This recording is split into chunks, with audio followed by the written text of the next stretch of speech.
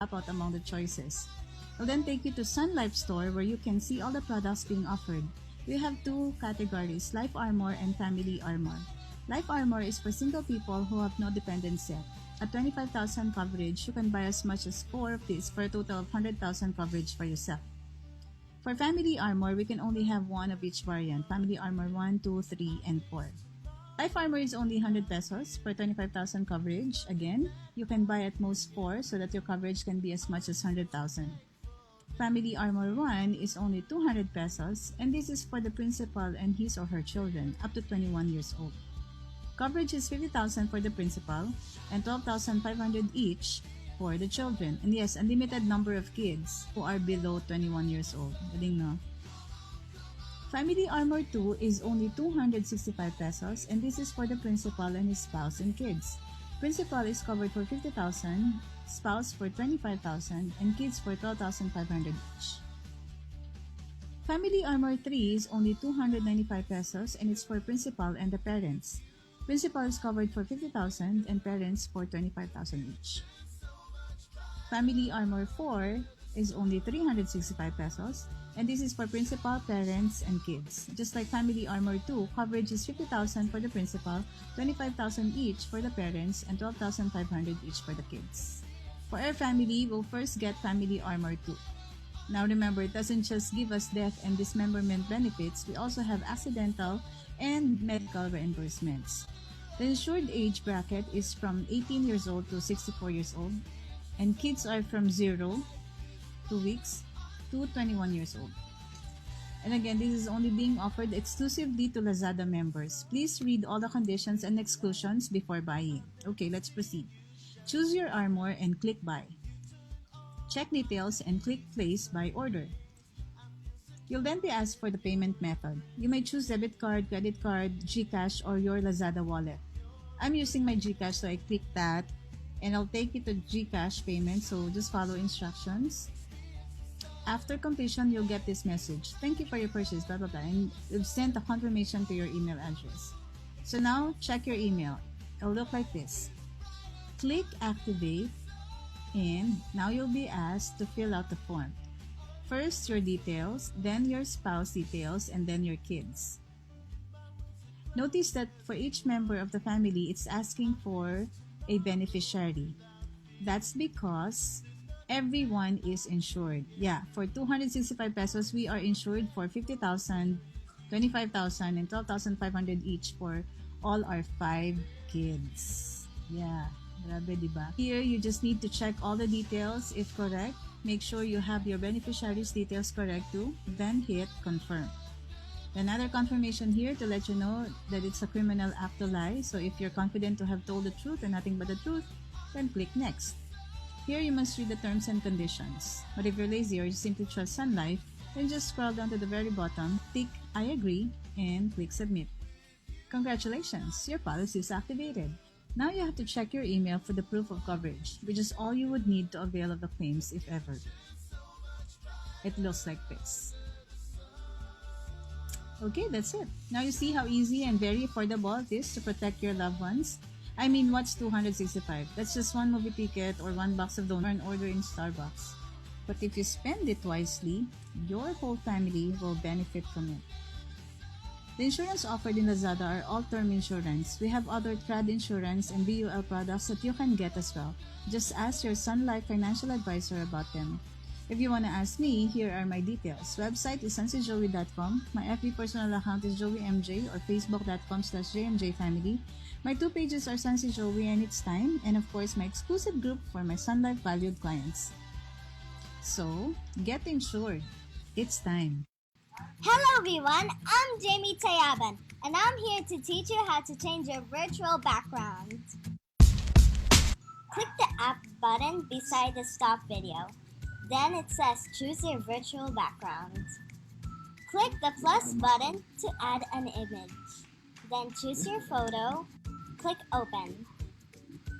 That's it, you're done. Congratulations!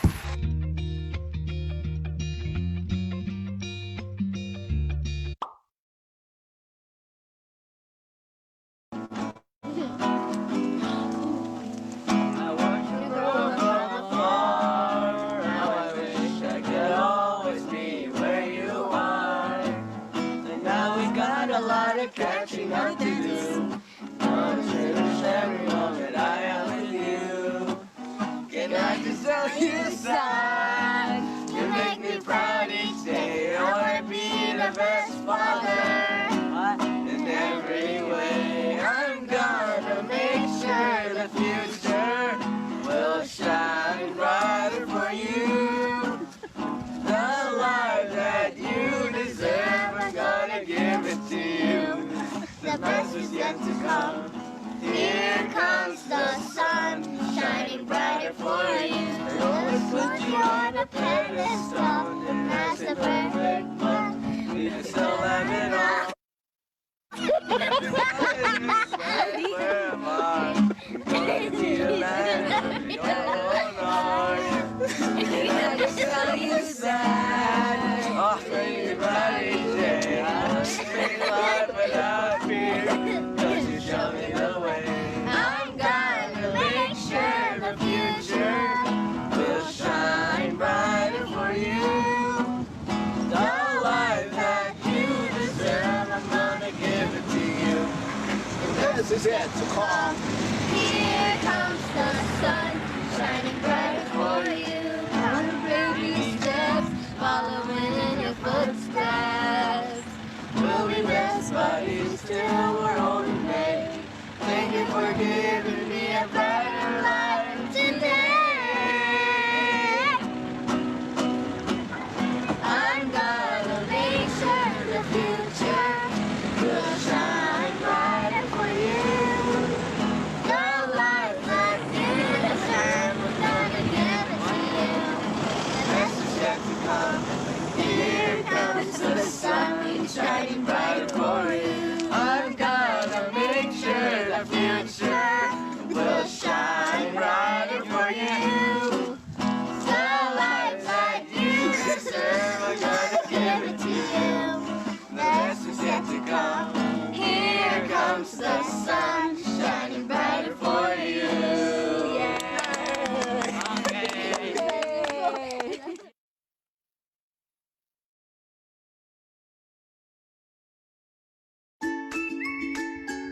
Join us every Tuesday and Thursday at 5:30 p.m. via Zoom in Matter of factly, with Ray. and Joey.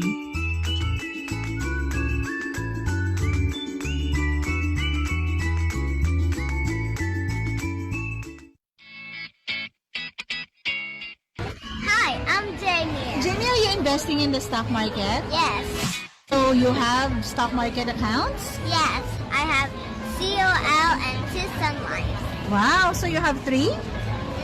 Do you know how much that would be in the future? It will be more than 50 million. Wow. Come to It's Time Stock Market and we will teach you everything.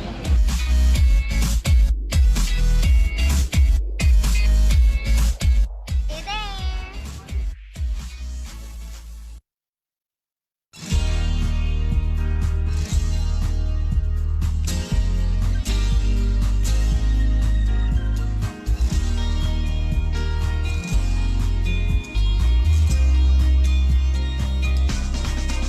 There's a secret to success. Everybody hopes to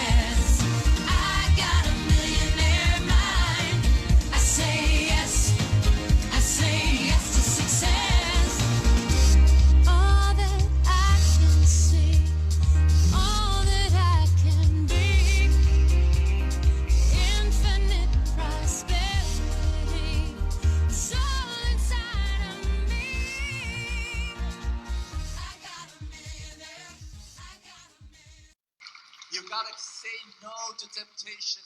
I was reading the book of my friend Jesse Teaba this morning, and he was saying, we make excuses for giving in to temptation. When guys commit adultery, you know what they say? They say in Tagalog, paano ba naman kung ang palay na ang lumalapit sa manok? In English, when the rice goes near the chicken. Tama? That's right. But hey, manok ka ba? Are you a chicken? I could have said that as a married guy. I could have said that in the early years of my married life. Well, what can I do? Guapo. There are women who come and they're attracted to me. Well, what can I do? What can I do? I could have gone to the easy path, but I decided I'm going to obey God and I'm going to trust Him. That one day I'm going to have a harvest. I'm going to have a great harvest. Adultery, we laugh about it, but it creates so much pain in this world.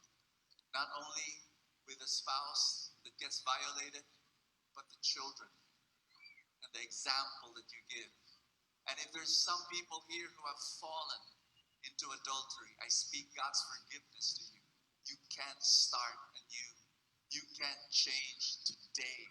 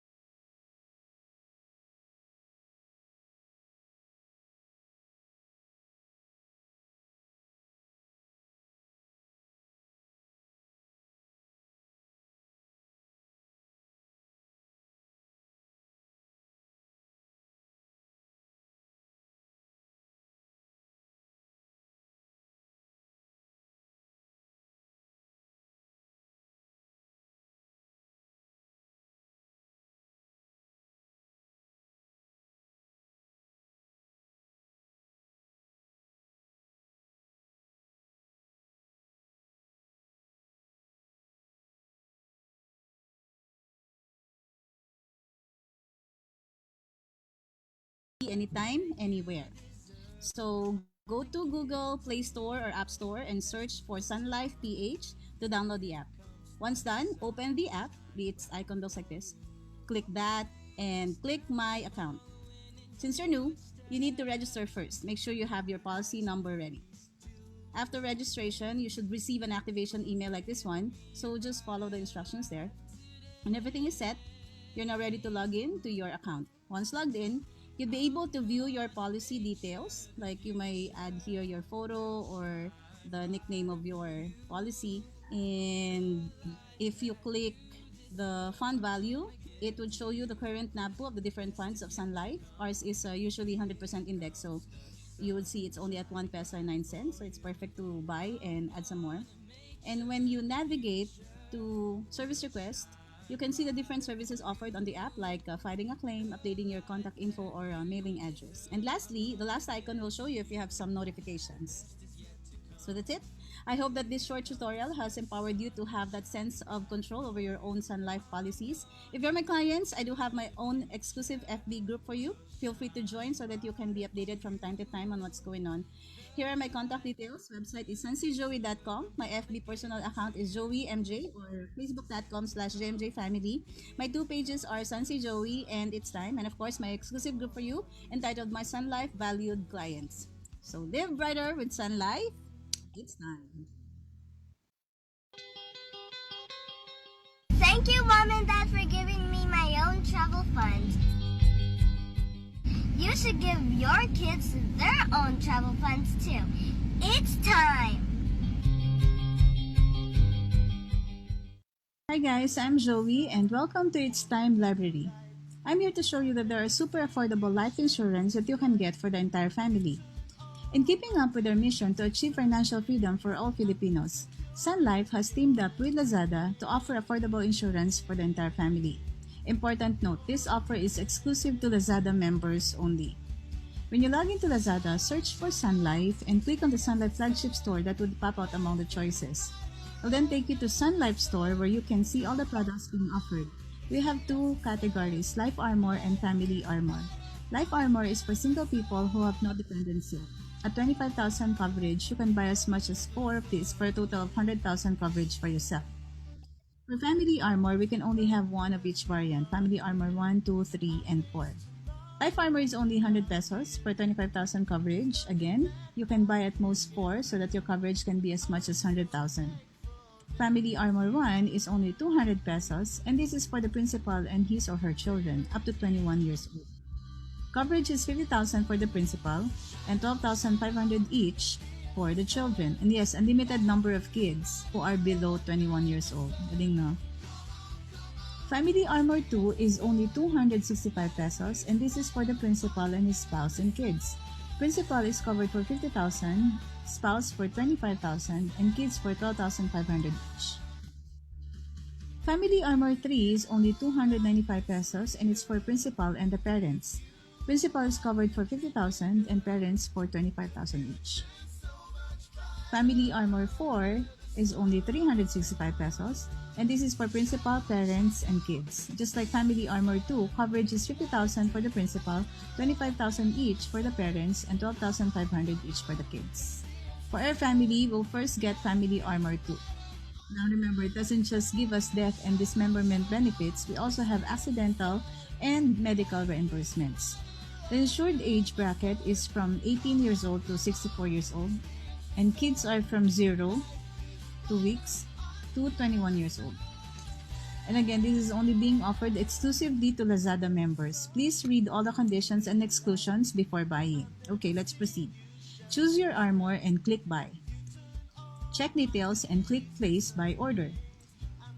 You'll then be asked for the payment method. You may choose debit card, credit card, GCash, or your Lazada wallet.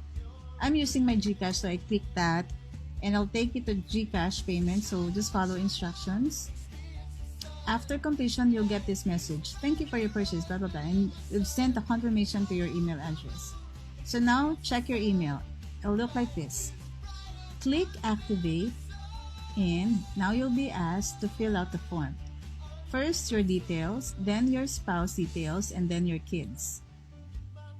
Notice that for each member of the family, it's asking for a beneficiary. That's because everyone is insured. Yeah, for 265 pesos, we are insured for 50,000, 25,000, and 12,500 each for All are 5 kids. Yeah, grabe, diba? Here, you just need to check all the details if correct. Make sure you have your beneficiaries' details correct too. Then hit confirm. Another confirmation here to let you know that it's a criminal act to lie. So if you're confident to have told the truth and nothing but the truth, then click next. Here you must read the terms and conditions. But if you're lazy or you simply trust Sun Life, then just scroll down to the very bottom, tick I agree, and click submit. Congratulations, your policy is activated. Now you have to check your email for the proof of coverage, which is all you would need to avail of the claims if ever. It looks like this. Okay, that's it. Now you see how easy and very affordable it is to protect your loved ones. I mean, what's 265? That's just one movie ticket or one box of donuts or an order in Starbucks. But if you spend it wisely, your whole family will benefit from it. The insurance offered in Lazada are all term insurance. We have other trad insurance and BUL products that you can get as well. Just ask your Sun Life financial advisor about them. If you want to ask me, here are my details. Website is sansijoey.com. My FB personal account is joeymj or facebook.com/jmjfamily. My 2 pages are Sansi Joey and It's Time, and of course my exclusive group for my Sun Life valued clients. So, get insured. It's time. Hello everyone, I'm Jamie Tayaban, and I'm here to teach you how to change your virtual background. Click the app button beside the stop video. Then it says choose your virtual background.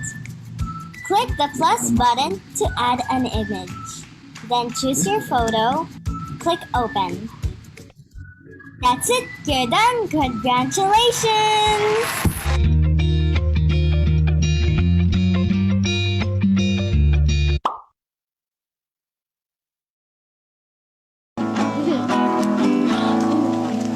I want you to go from afar. How I wish I could always be where you are.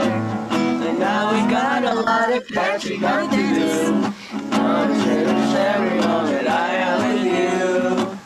Can I just tell you sad? You make me proud each day. I wanna be the best father. In every way, I'm gonna make sure the future will shine brighter for you. The life that you deserve, I'm gonna give it to you. The best is yet to come. Here comes the sun, shining brighter for you. I always put you on a pedestal, and that's the perfect one. You still have it all.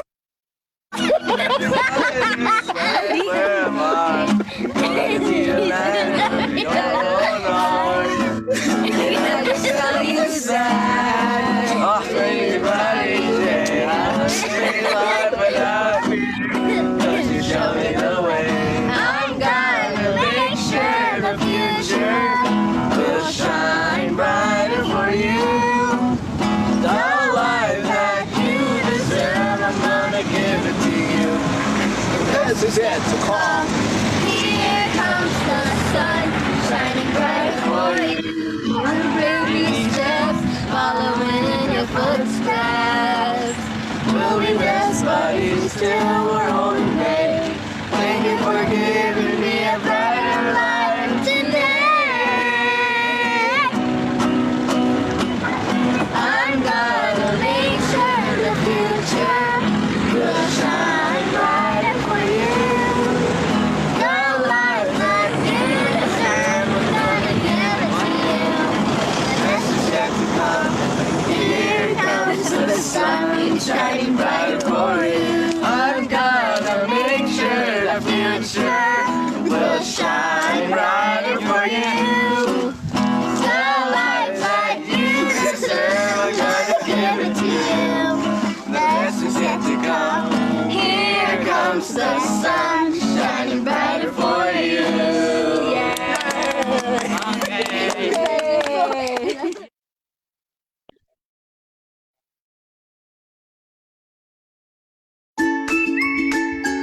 Join us every Tuesday and Thursday at 5:30 p.m. via Zoom in Matter of factly, with Ray. and Joey.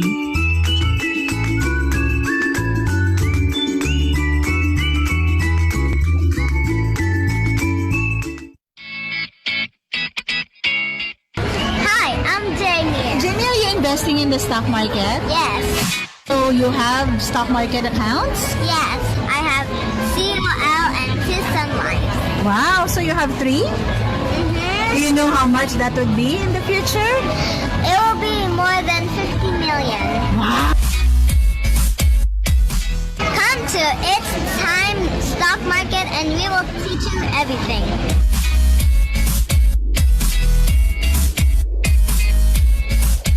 Hey there!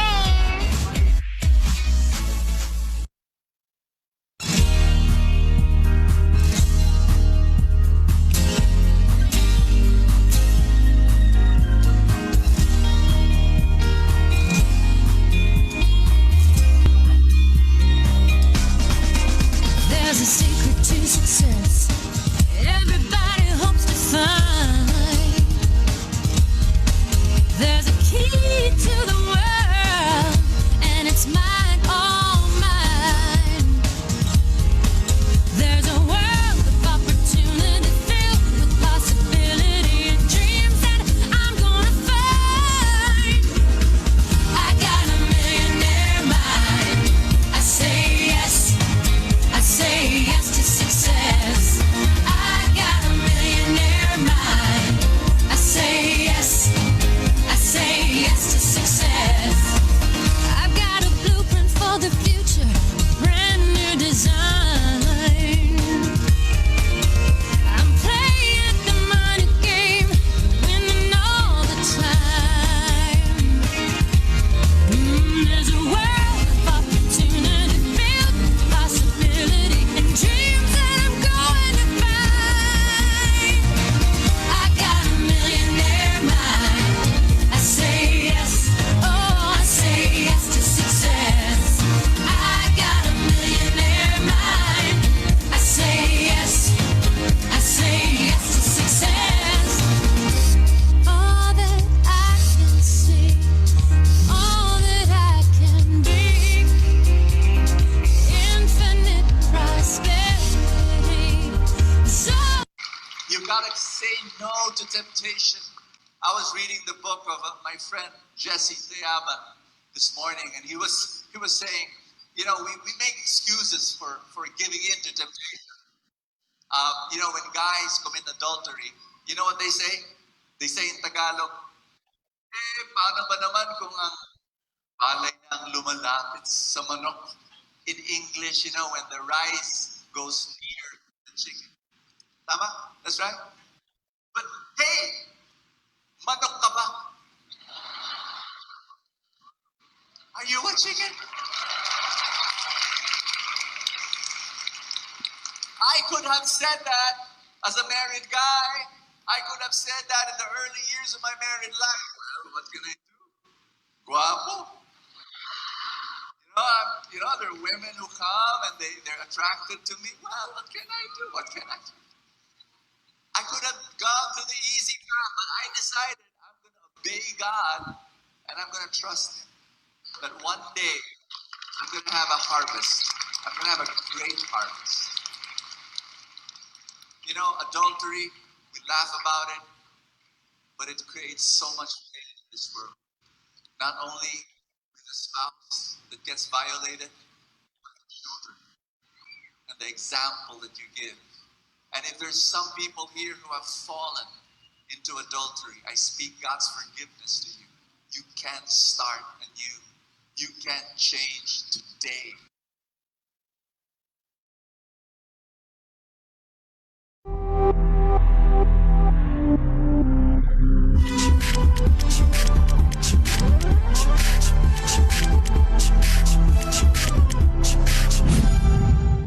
Hi guys. My name is JJ.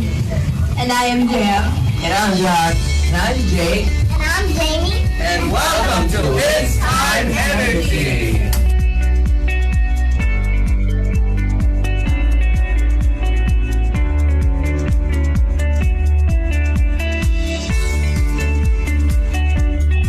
Joey MJ and her husband are both graduates of law from St. Louis University in Baguio. The whole family is into public speaking, giving their signature talk It's time. Ladies and gentlemen, please welcome my mom, Miss Joey Tayaman!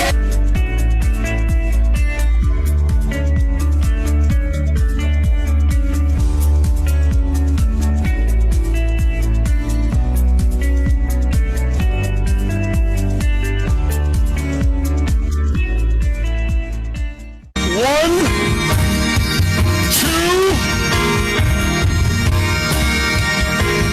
three, unleash the soul!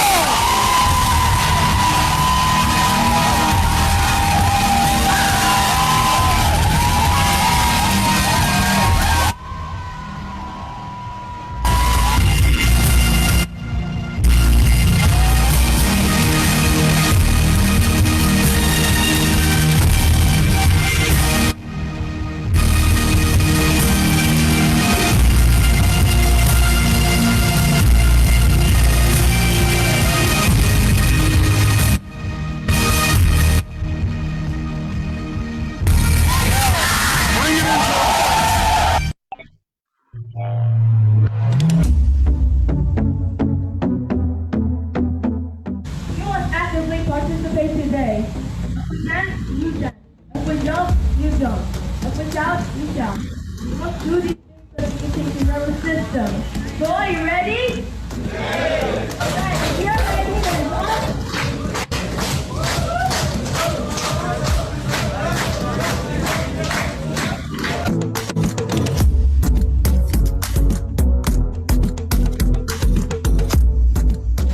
Dark market is when you buy big companies like Saudi and Ayala.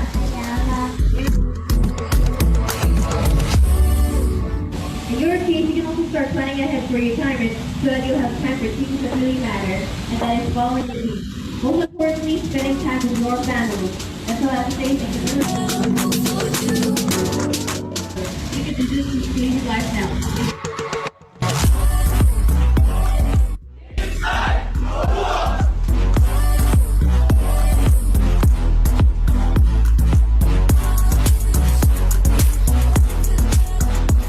It's time with Feast Video Palawan Servant Leaders. This is what you came for. Lightning strikes every time she moves, and everybody's watching her, but she's looking at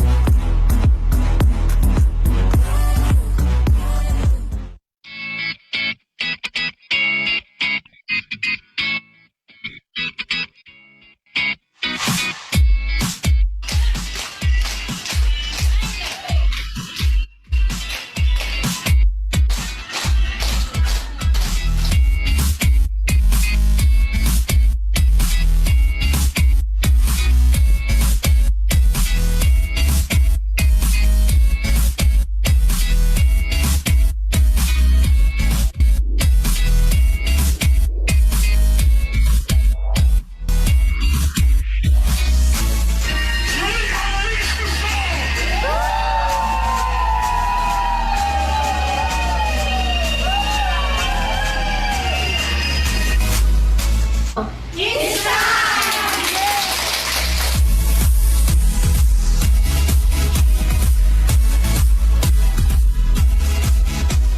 guys, I'm Joey. I'm here to show you how cool our Sun Life PH app is.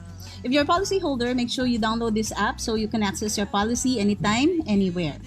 So go to Google Play Store or App Store and search for Sun Life PH to download the app. Once done, open the app. Its icon looks like this. Click that and click My Account. Since you're new, you need to register first. Make sure you have your policy number ready. After registration, you should receive an activation email like this one, so just follow the instructions there. When everything is set, you're now ready to log in to your account. Once logged in, you'll be able to view your policy details, like you might add here your photo or the nickname of your policy. And if you click the fund value, it would show you the current NABPO of the different funds of Sun Life. Ours is usually 100% index, so you would see it's only at 1 peso and 9 cents, so it's perfect to buy and add some more. And when you navigate to service request, you can see the different services offered on the app, like filing a claim, updating your contact info, or mailing address. And lastly, the last icon will show you if you have some notifications. So that's it. I hope that this short tutorial has empowered you to have that sense of control over your own Sun Life policies. If you're my clients, I do have my own exclusive FB group for you. Feel free to join so that you can be updated from time to time on what's going on. Here are my contact details. Website is sunsyjoey.com. My FB personal account is joeymj or facebook.com/jmjfamily. My two pages are Sunsy Joey and It's Time. And of course, my exclusive group for you entitled My Sun Life Valued Clients. So live brighter with Sun Life. It's time. You've got to say no to temptation. I was reading the book of my friend Jesse Teaba this morning, and he was saying, you know, we make excuses for giving in to temptation. You know, when guys commit adultery, you know what they say? They say in Tagalog, paano ba naman kung ang palay na ang lumalapit sa manok? In English, you know, when the rice goes near the chicken. Tama? That's right. But hey, manok ka ba? Are you a chicken? I could have said that as a married guy. I could have said that in the early years of my married life. Well, what can I do? Guapo. You know, there are women who come and they're attracted to me. Well, what can I do? What can I do? I could have gone the easy path, but I decided I'm going to obey God and I'm going to trust Him. That one day I'm going to have a harvest. I'm going to have a great harvest. You know, adultery, we laugh about it, but it creates so much pain in this world. Not only with a spouse that gets violated, but the children and the example that you give. And if there's some people here who have fallen into adultery, I speak God's forgiveness to you. You can start anew. You can change today.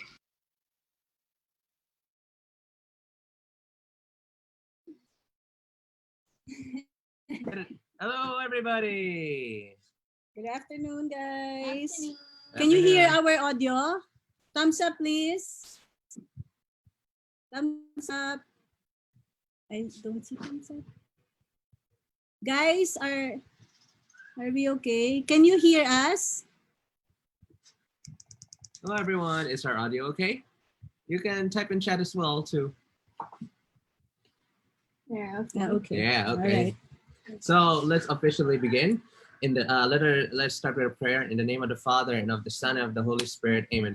Dear Lord, we thank you for this day. We thank you for this Zoom meeting. We thank you for all the attendees. We pray that we will all learn a lot and that this new information and knowledge will be used for your good and for your greater glory.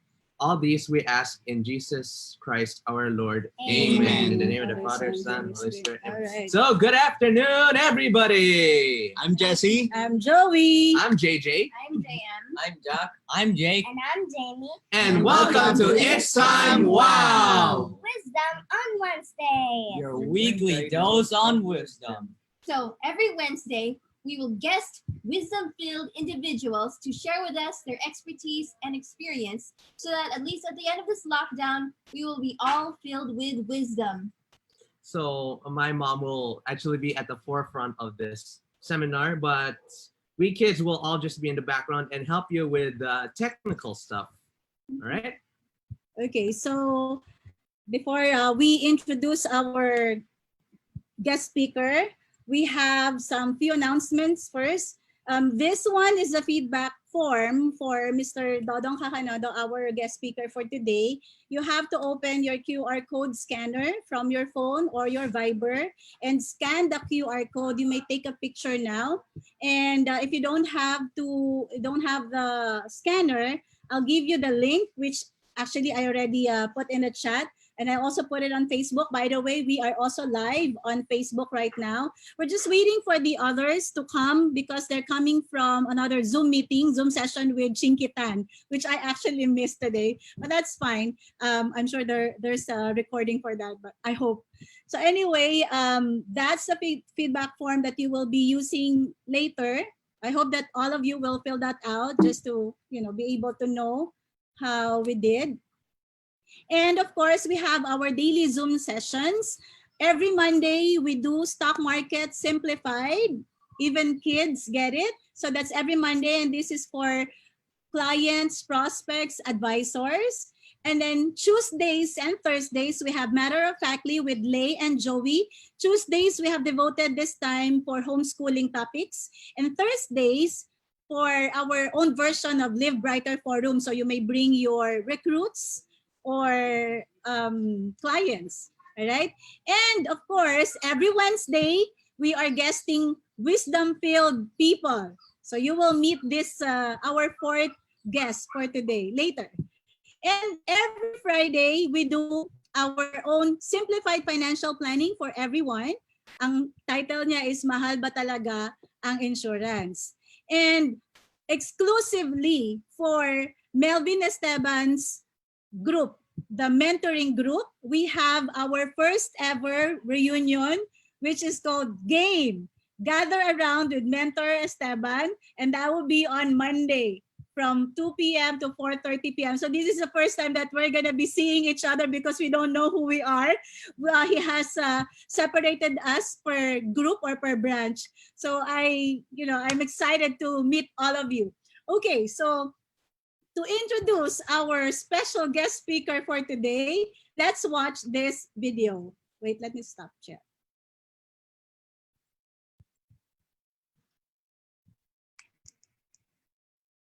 Our next speaker is a farmer, a businessman, author, an inspirational speaker who's a former executive of Hewlett-Packard Philippines. In 1998, he moved his family from Manila to Bukidnon and established Moraya Farms, where he grows grass-fed livestock and pesticide-free vegetables. He is the founder and head of Similya sa Kinabuhi. It is Bisaya for Seed of Life, a foundation that teaches a unique approach to business. They use the plant as a model of growing a business and the Bible as their main reference.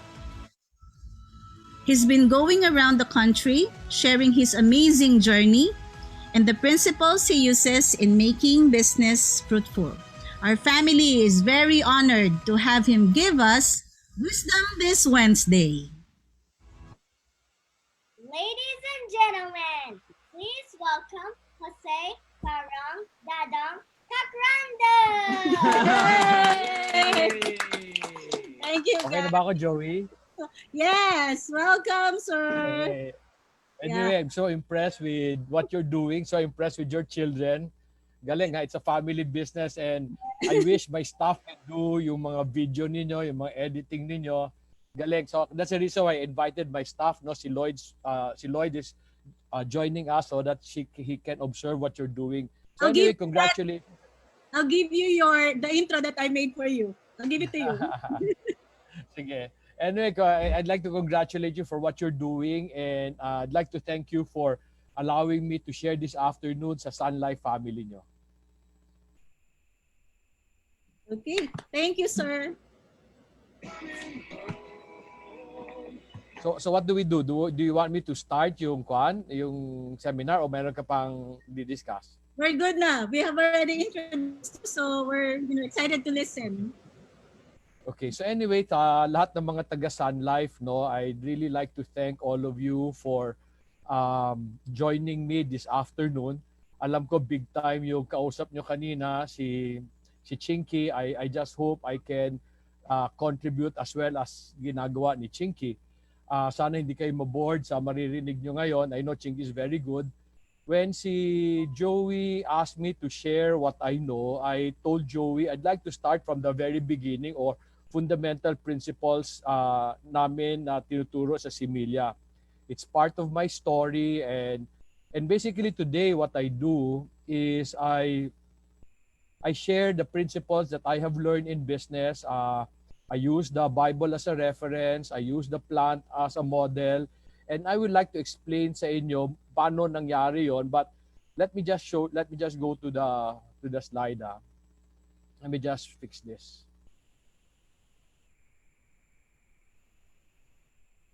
So anyway, I've entitled my talk The Purpose of Business. I've discussed this with a number of branches already. And I'd like to start dito because gusto ko sana maintindihan ng mga tao ano ang tamang mindset towards business. Many people want to go into business today pero many people struggle because hindi talaga nila naintindihan kung ano dapat ang goal sa negosyo. Most business people, they believe na ang pinaka-importanting bagay sa negosyo is profit. And sa inyo naman, as you are in sales, feeling nyo pinaka-importanting bagay is meeting your sales. And I'd like to show you na hindi yon talaga ang tamang purpose ng negosyo. Hindi ko sinasabing hindi importante ang profit o hindi importante ang sales because walang negosyo kung wala yon. However, I will show you later that all the things we want are natural byproduct of certain things. And so kaya gusto ko muna magsimula dito sa topic na to. I have a lot of topics on business pero I'd like to go lang sa foundational principles namin. So yan ang title niya, the purpose of business. Alam ko, Joey, you have a lot of followers and many of you do not know me. So what I'd like to do muna is I'd like to introduce myself to you. And so that you'd understand saan nanggagaling yung mga prinsipyo ko. Kasi you will find na medyo iba yung prinsipyo namin. They're different from the most of the things you will hear or you would read. And however, ang hope ko, mabless ko kayo this afternoon. Today, I'm being known as a person who left a corporate job or executive position with HP in 1997 and moved my family to Bukidnon na wala kaming kamag-anak and kaibigan in 1998 and made my family live in a 20-foot container van. Yan ho ang una naming bahay, kinonvert namin yan. So when people hear my story, they always say, ang tapang mo naman, siguro your faith was very big or your faith is very big. Hindi ho totoo yun. In 1997, I do not know what I know today. And I was an ordinary churchgoer. And wala talaga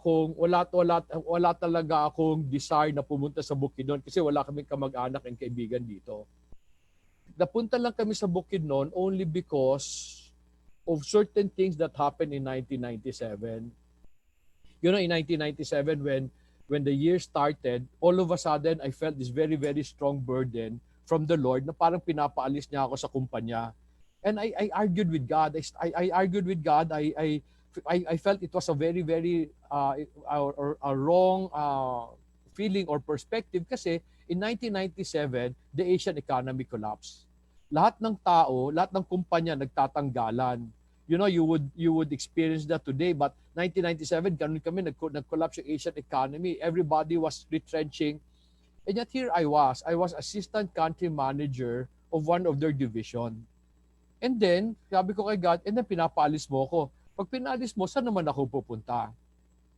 And I struggled with God for many months until July of 1997. In July of 1997, I was jogging in our subdivision sa United Paranaque 2, sa may Taguig.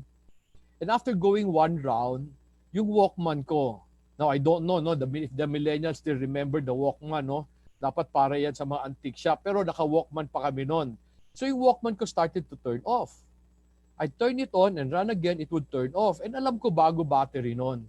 So in my mind, I was telling myself, siguro kakausapin ako ni God. However, feeling ko impression lang yon. Because wala naman taga akong role sa simbahan. I'm basically an ordinary churchgoer. And maniwala man kayo hindi, I turned off the Walkman, started to run, I heard the voice. I heard the voice of a man nasa likod nasa likod ko, the voice said, leave. Pagtingin ko sa kalye, walang tao sa kalye. So when that happened, I started to run again. I ran home. Nagsumbong ako sa misis ko. Sabi ko, nakarinig ako ng boses. However, it would be foolish to act on the voice because sino naman ako nakakausapin ni God? So what I did, I asked God for 3 miraculous signs. Talagang very, very difficult signs. And alam ko hindi yun sasagutin ni God. Pero maniwala man kayo hindi, sinagot lahat ni God yon. I don't have time to tell you the details, but God answered my miraculous signs in amazing ways. So when those happened, I told my wife, I need to resign. Now, mahaba ang kwento paano kami napunta sa Bukidnon, pero wala kaming kaibigan and kamag-anak doon. Pero bakit 20-foot container van? Kasi nag-resign ako. Now what does that mean? I forfeited my retirement. So the only thing I could afford was a 20-foot container van. Yung van na yan yung linagyan namin ng gamit namin na kinonvert ko sa bahay. Now, hindi pa uso ang mga container vans noon. And naisip ko lang, bilhin ko na lang. Total, binayaran ko na rin ang shipping yan. Bilhin ko na rin siya. So, converted that now. So, yan ang una namin bahay. To start a business, we were able to borrow money from the family of my wife to buy this farm. I don't know if you've been to Bukidnon. I know some of you have been there. And sa Bukidnon, when people go there, sabihin lang, ang ganda ng Bukidnon, all green. You know, knowing what I know today, I often tell people, ang pangit ng Bukidnon kasi puro kugon. You see, this is all kugon. And I need you to understand, kugon is a symbol of desolation. What does that mean? Pag nakakita ka ng kugon, ibig sabihin, walang ibang tutubo dyan. And most of the country is kugon. You know, I don't know if you've been to Batanes, sabihin lang, ang ganda ng Batanes. Hindi totoo yun. Puro kugon ng Batanes. And that was the land na binili namin. Now, alam ba nyo na pag pinutol mo yung kugon, sinunog mo yung kugon, anong lalabas? Kugon pa rin. Ang ibig sabihin ng kugon, walang kwenta yung lupa na yan. And so, yan yung farm na nabili namin. And that's the only thing we could afford. And so we were able to become a hog grower of Monterey. Nakautang kami sa pamilya ng misis ko. So ang terms nun is pay when able. So that was very relieving. Pero I became a contract grower of Monterey. Now, can you imagine? Isipin nyo, contract grower. Para siyang franchisee. To many people, contract growing is very exciting. Diba? Tsaka maging franchisee. Ang hope natin sa pagyaman. And so because we became a contract grower, sabi ko sa misis ko, huwag ka mag-alala, babes. I'll build you a better house after 5 years. However, when we started our pig business, I realized something depressing. You know, yung container van namin, ito yung bahay namin. So, in-extend namin yan, yung container van na sa likod, that became sala, kusina, everything. And we were sleeping in one bed. My children were still small, so we were sleeping crosswise. Yung paa ko nasa dulo ng kama. When we started our life, I realized something depressing because I realized I could not keep my promise to my wife. I cannot build her a better house after 5 years. Now, bakit yan? I realized na pag contract grower ka, or franchisee ka, hindi ka magugutom. Hindi ka lang yayaman. Bakit? Kasi ang laki-laki ng investment, ang liit-liit ng return, it will take you many years before you can break even. And oftentimes, pag franchisee ka, pag naka-break even ka, the company will ask you to invest again. So that depressed me. So 2 things depressed me. The realization that I cannot keep my promise to my wife, and Because wala kaming kaibigan and kamag-anak, every morning I would wake up scared. Now, why was I scared? I don't know kung naintindihan nyo na yung feeling na wala kang matakbuhan pag may problema ka. Wala kaming kamag-anak, wala kaming kaibigan. So, every morning I feel scared. In fact, pag may lalapit na tao sa bahay, natatakot ako. Baka meron silang isabihin sa aking problema na hindi ko kaya isolve. And that's the reason why I went to the Bible. Si Joey kanina said, I use the Bible as a business reference. Hindi ko sinadya yan. It was not something na, I'd go to Bukidnon, I'll use the Bible. It was just out of desperation. In fact, the only reason why I read the Bible was I was just looking for comfort. All I wanted to have is for God to give me peace. So since I'm not a pastor or a priest, ang ginawa ko, I read it cover to cover. I go Genesis, Revelation, and I was just looking for comfort. Yun lang gusto ko. However, after a couple of years, I realized something interesting about the Bible. I realized that the people we call prophets were ordinary businessmen, and most of them were farmers. And so one day, sabi ko, wow, ang gagaling nila. And so I became very interested with the Bible now because of business. Let me give you some of my realizations, some of the things I learned. You might have heard of the name Abraham. You know, si Abraham dayo yan. Pagdating niya, wala siyang kamag-anak and kaibigan doon sa pinuntahan niya. However, sinama niya yung pamangkin niyang si Lot. Pero after a while, maybe in the beginning, they were okay. After a while, they started to fight. Ang nag-away yung kanilang taga-alaga ng mga hayop nila. So Abraham went to Lot. Sabi niya, Lot, wag tayo mag-away. Maghatian na lang tayo ng lupa. So they went before the land, and then sabi ni Abraham sa kay Lot, mamili ka. So pinili ni Lot yung maganda. Kung nasaan din ang Sodom and Gomorrah. Bible says it was well watered. Yung naiwan kay Abraham, sabi ng Bible, was barren land. You know, when I realized that, I felt excited. Bakit ako excited? Kasi si Abraham dayo, si Abraham started with barren land, and yet Abraham many years after became the richest man in the place. And he became very, very powerful. He even had an army of 318 men who defeated 5 kings. Now, that army are not soldiers. They were workers. They were taga-alaga ng mga hayop niya, taga-alaga ng farm niya. And so can you imagine, meron siyang 318 men? So if you multiply that by just 5, as a family, meron siyang pinapakain na 1,500 na tao sa farm niya. And that amazed me. Sabi ko, I want to be like Abraham. Sana mangyari rin sa akin yung nangyari sa kanya. And then, I studied about a person named Joseph. I believe Joseph is the best entrepreneur in history. Now, why would I say that? Feeling ko talo ni Joseph si Steve Jobs. You know, si Steve Jobs built the most valuable company in the world today. However, Steve Jobs was not able to save America from 7 years of famine. Okay? I don't think he'll be able to save America. Jack Ma cannot save China. However, Joseph saved Egypt from 7 years of famine. So sabi ko sa sarili ko, meron tong alam na dapat kong maintindihan. So, from reading the Bible for comfort, now I started to read the Bible for business. Whatever I read, I would apply in business. And I became very, very literal. I would even rest the soil on the 7th year. So ano sabihin ng Bible, gagawin ko? In our whole farm, I don't know if you understand tithing, but all my people, they give tithes to their church. So it became very, very literal.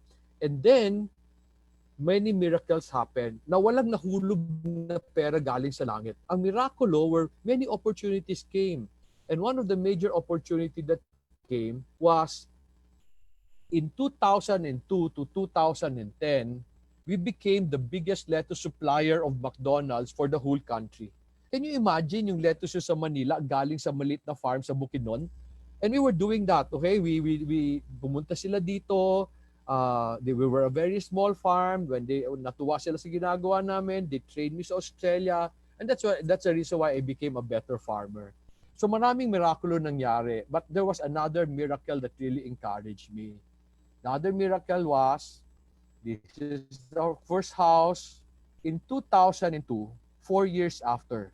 God gave us this house. So we moved from a container van to a much better house in 4 years.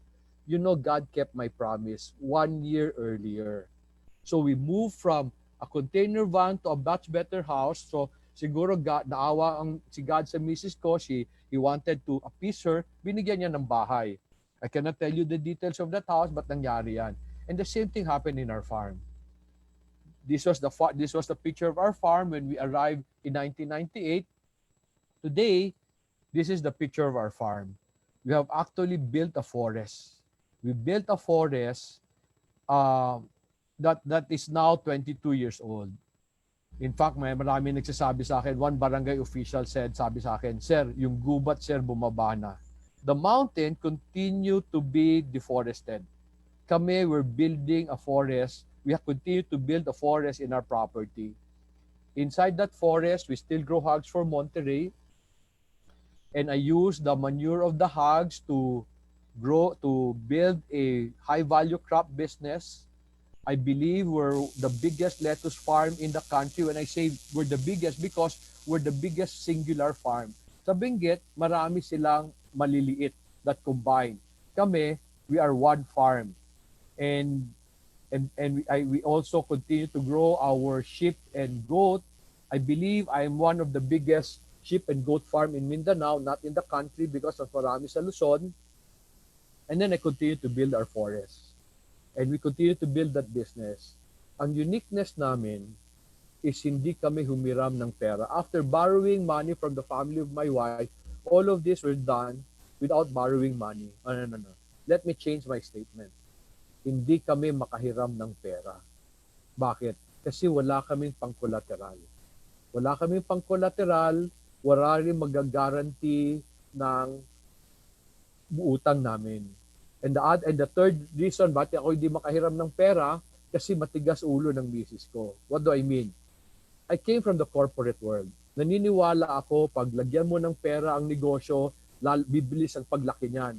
So kami, hindi kami masyadong bumilis paglaki. So it took us 20 years to really grow. So naniniwala, pag umubutang ka, bibili siya. However, my wife came from a very conservative family. They got rich while being conservative. And I remember we used to fight. Kasi gusto ko umutang, ayaw niya umutang. Wanted to give her a better life. Sabi niya, ayaw niya. Kasi natatakot siya. And so we would go back and forth fighting. And then one day, sabi ko sa kanya, sige, para matapos tong away natin, sabi ko sa kanya, pag hindi ka magsasubmit, ako ang magsasubmit. O di ba, natapos ang away namin kasi nagsubmit ako. Now, and you will find, no, what si Chinky would even say, no, happy wife, happy life. Di ba? However, my wife is very submissive. The reason why I did not borrow money, because I did not want to pressure my wife. I did not want to scare her. Pero something happened. Because I was not able to borrow money, I became very, very creative. When you get a chance to go to our farm, you will see things doon na hindi mo makita sa ibang farm. Because we would develop them on our own. And I realized this. I realized that Filipinos are creative. Huwag mo lang bigyan ng pera. Kasi ikinasisira ng Pilipino ang pera. What do I mean? Many of you nung wala pa kayong trabaho, ang galing-galing nyo mag-survive. However, many Filipinos today, pag nagkaroon na ng trabaho, habang dumadami yung pera, dumadami yung utang. Nagkakaroon ng problema lalo. So kinakasira ng Pilipino ang pera. Pero pag walang pera ang Pilipino, magaling ang Pilipino. So when people come to me, nagpapaturo sila ng negosyo, I always ask them, marami ka bang pera? Kasi pag marami kang pera, hindi kita kaya turuan. Kaya ko magturo ng tao na walang pera. I know how to become creative. Because of all this success, in 2004, a number of people, a number of friends came to me and asked me kung pwede ko ba raw sila turuan ng proseso namin pag negosyo. And that was the reason why I put up si Milya sa Kinabuhi. Si Milya sa Kinabuhi is a foundation where we teach people how to do our style in business. So yun ang ginagawa namin. And today Okay, we continue to do that. Alam mo, many people when they came to join our meeting, to join our training, the same thing happened to them. Meron akong kilala, laki ng utang, 20 million ng utang when I met him. Bankrupt siya. And then he started a business with 20,000 pesos. Today, the business is an international brand. Maybe in the future, I'll tell you about his story. Marami silang ganon. And it seems the same thing would happen to people when they apply the principle. So, I really like to thank Joey for giving me the opportunity kasi siguro kaya ako pinaimbita ni God kay Joey, kaya ako naturuan si Ma'am Magda para siguro i-share sa inyo. So, when they started to experience success, they encouraged me to put my story in a book form. Sabi nila, as they got blessed with my story, sabi na people should know about your story. So I listened to them. In 2014, I published this book. The title of the book is Breaking Through. The reason why I chose the title is because naniniwala ako, yan ang kwento namin. We broke through. God allowed us to experience a breakthrough. Anong breakthrough? Alam nyo, yung galing sa wala, pumunta sa mas magandang buhay. And naniniwala ako na lahat kayo nasa Sun Life and you're even here listening because you are looking for your breakthrough. Am I correct? I believe many of you are looking for breakthroughs and may gusto ako sana sabihin sa inyo. Gusto sabihin sa inyo ni God na kung kaya niyang gawin sa akin, kaya niyang gawin sa inyo. And I really believe God wants you to experience a breakthrough. And that's the reason why I am here before you today. You know, I said in the book that the God who was alive during the time of Abraham is still alive today. Now, if that is true, then bakit hindi natin siya nararamdaman? You know, we're in crisis today, no? Ang daming problema ngayon. And you'd say, if God is alive, bakit ang gulo-gulo ngayon? You know, I said in the book, the reason why we struggle today is because we call ourselves Christians. Na anong connection? You know, we call ourselves Christians, and then when do we go to God? Di ba most of us go to God only pag desperado na tayo? Only pag marami na tayong nagawang mali, pag pumalpak na lahat, we go to God. And often, when we go to God, ang gulo-gulo na ng ginawa natin na hindi niya na ma-undo. So He can only do, just to correct, give you something better. Do you know what God did for me? God stripped me of everything I have so that the only choice I have is to go to Him. Alam mo, testimony ko today is I tell people, look what God has done. As I go to Him, as I went to Him, He has blessed me in many ways. And ang hope ko, I can help you in the same way. So let me now go to my text. Alam mo, I want you to know that my life in Bukidnon was not easy. My first 4 years in Bukidnon was extremely difficult. Parati ako walang pera. And alam nyo, hindi ko siya maintindihan kasi I was relatively successful in HP. Every year, I would meet my quota. As I was a sales engineer, I was sales manager, I was assistant country manager, and always meet my quota. And I was handling complicated engineers. And ito, ang kausap ko, mangbababoy, laborer, and hindi ko siya mapakita.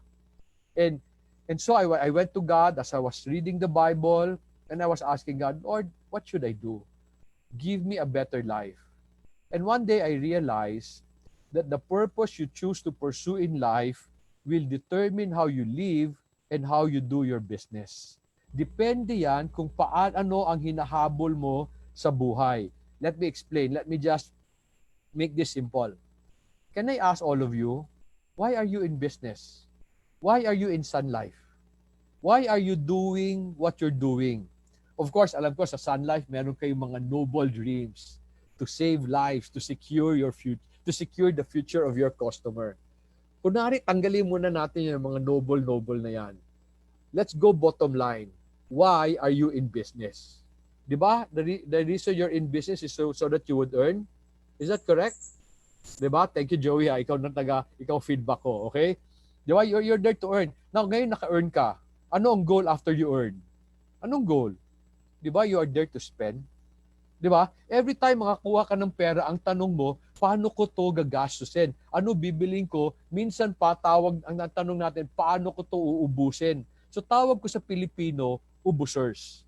Okay, taga-ubos ng pera. Now, I realize this is the reason why we are poor. The reason why in the first 4 years I was struggling with money because I had this attitude. Every time I earn, I would look for ways to spend. Now, hindi ko winaldas pera ko. Parati ko lang hinahanapan, paano ko ba i-invest ito para bumalik agad? And that one hurt me a lot. When I was asking God, Lord, what should be my purpose? God answered me in a very simple verse. The verse is Genesis 1:28, and let me read that for you. Sabi diyan, God blessed them, and God said to them, be fruitful and multiply, and fill the earth and subdue it, and rule over the fish of the sea, over the birds of the sky, and over every living thing that moves on the earth. To many of you, takot tayo sa verse na to. Si Joey hindi takot na to kasi very fruitful si Joey. I saw 5 yung anak niya. Ako, ang gusto ko, mga anak ko, marami rin sanang anak, sana mahawak kay Joey. But to many people, we believe this verse is about making children. When I became a better farmer, this phrase changed my life. When God explained this to me, imbes na bata ang nakita ko tanim. You know, I'm an engineer. As an engineer, hindi ako natutuwa na sasabihin mo sa akin paano magtanim. Kailangan ko maintindihan, pag ginawa ko yan sa tanim, ano ang mangyayari sa tanim. So I studied the plant in all its detail. And when I saw this, be fruitful, hindi bata ang nakita ko. Tanim ang nakita ko. Kung paano siya lumaki galing sa isang binhi and namunga. Okay, that's the reason why today I use the plant as a model, because I realize it is a good model for living life and doing business. So before I explain to you the principles I'd like to share with you this afternoon, let me first explain to you ano ang na-realize ko sa idea of being fruitful. The first thing I realized is that fruitfulness is a function of a plant. It is not the function of man. And the reason why akala natin being fruitful is about making them is kasi we're relating the idea to us. Now, if you want to understand how to become fruitful, we should relate our life to the plant. Now, let me explain this para pakita sa inyo na fruitfulness is a function of a plant. Pag ang tanim kain ng kain, anong nangyayari sa tanim? Di ba lumalaki? Pagkatapos siya lumaki, anong mangyayari sa kanya? Di ba namumunga? Kayo, pagkain kayo ng kain, ano nangyayari sa inyo? Di ba lumalaki rin kayo? Pag lumaki na kayo, namumunga kayo? Di ba? Ang sobra sa tawag dyan, bunga. Pag pinamigay mo, everybody happy. Ano ang tawag sa sobrang nataba ninyo? Di ba tawag dyan, bilbil? Hindi natin pwede pamigayin kasi walang kukuha. Okay? So, fruitfulness is not about us. And besides, if fruitfulness is about making children, then dapat sana ang lalaki pwede manganak. Pero alam natin, ang lalaki na walang asawa, hindi pwede manganak. The command was given both to man and to woman regardless of marital status. So let me now explain to you what I saw in the plant. The plant's life starts from a very simple seed. Pag tinanim mo isang binhi na initan na tubigan, it will now go through a process called germination. In the process of germination, the plant will use the food inside the seed to form a few roots and a few leaves. And then it will have to go through a process called photosynthesis so that it can continue to grow. But let me share with you something interesting about the plant when it is germinating. Alam mo, na-realize ko, or we discovered that when the plant is germinating, huwag mong lalagyan ng fertilizer yan. Kasi ikamamatay niya yan. Pero so to many of us, no, idea natin, pakainin natin kagad ang tanim para mabilis ang paglaki. Pag linagyan mo ng malaking fertilizer, pag maraming fertilizer yan habang bata, mamamatay ang tanim. Now, bakit? Because the roots are very fragile. Meaning, mahina pa yan. Pag linagyan mo ng maraming fertilizer because they're acidic, susunugin yan, mamamatay ang tanim. The plant gets overwhelmed.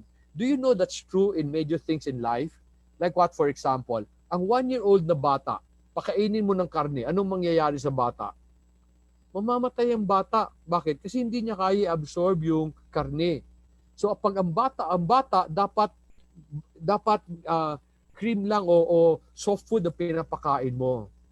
Alam ba nyo, when I realized this, I realized bakit ako parating walang pera in the first 4 years. Bakit? Kasi my corporate background said, lagyan mo ng pera ang negosyo, lalaki ang pagbilis niyan. Hindi ho totoo yan. That is a fallacy. But today, people believe in two things.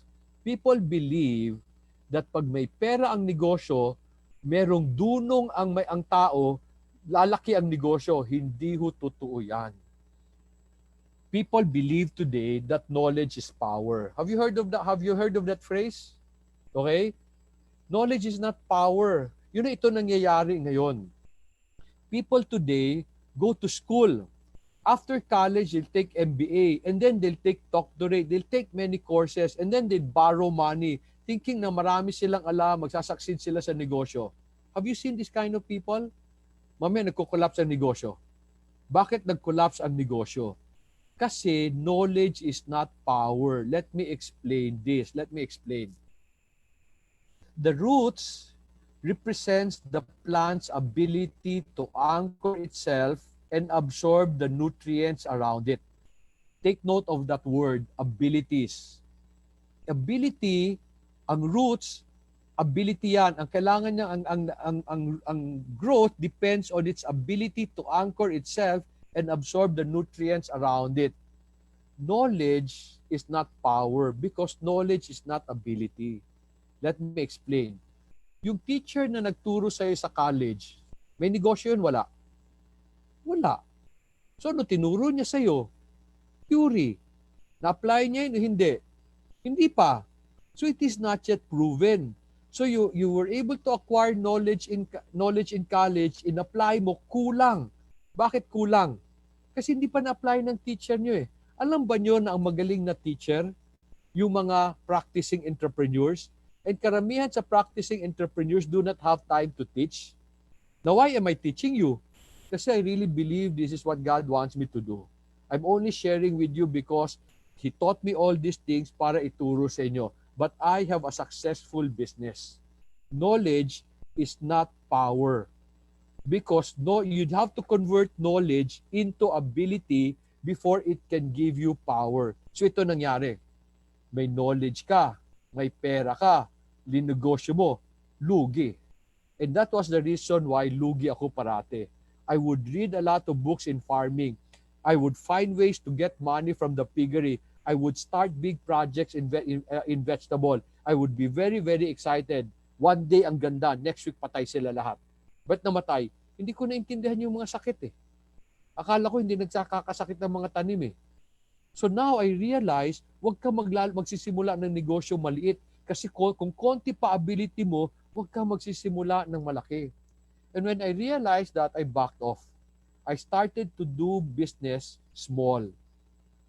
I would start small, I would study, I would grow my ability, I would encounter problem, and then pag magaling na ako, I scale up. Then I scale up. Then I scale up. Karamihan ng tao gusto ng malaki kagad.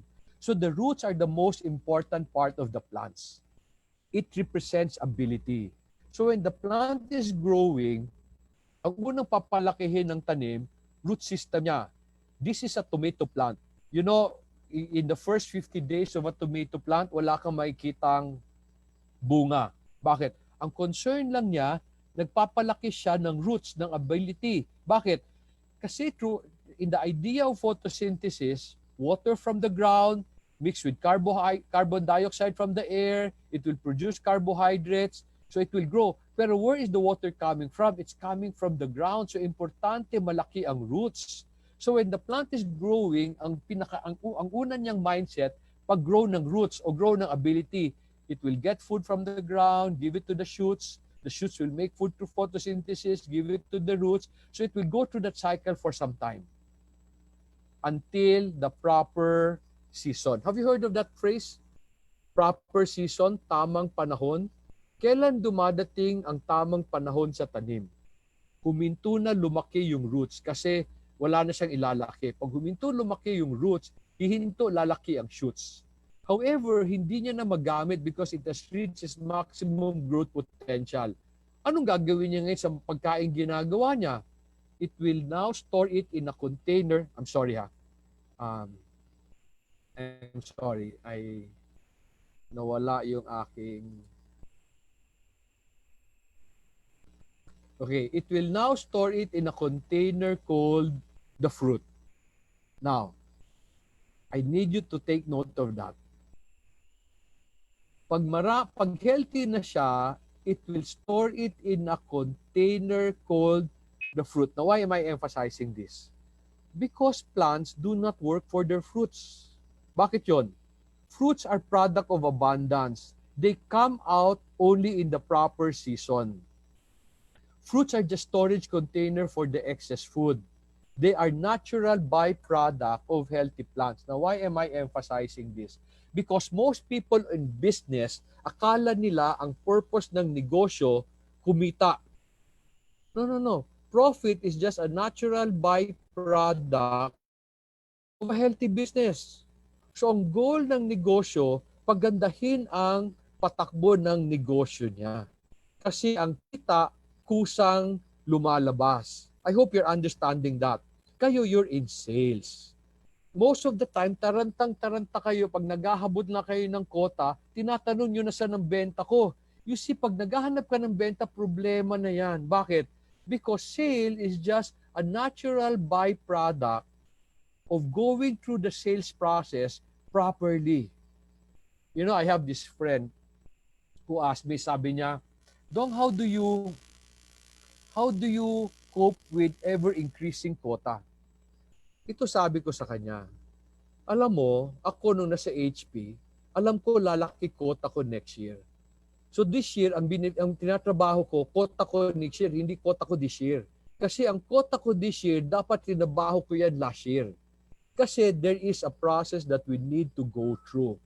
And sales is a natural byproduct of doing your job properly. So, ang purpose ng business, hindi kumita. Ang purpose ng business, pagandahin yung negosyo para kumita. Ang purpose ng farmer, hindi magkaroon ng maraming bunga. Ang purpose ng farmer, mag-grow ng healthy plants para maraming bunga. There's a process that you need to respect. And yan ang sabi ko sa inyo, the purpose you choose to pursue in life will determine how you live and how you do your business. I will skip 2 slides, okay, a slide, no, because I just want to save your time. So this is what I discovered. Ang purpose ni God para sa atin to be fruitful. Now, what does that mean?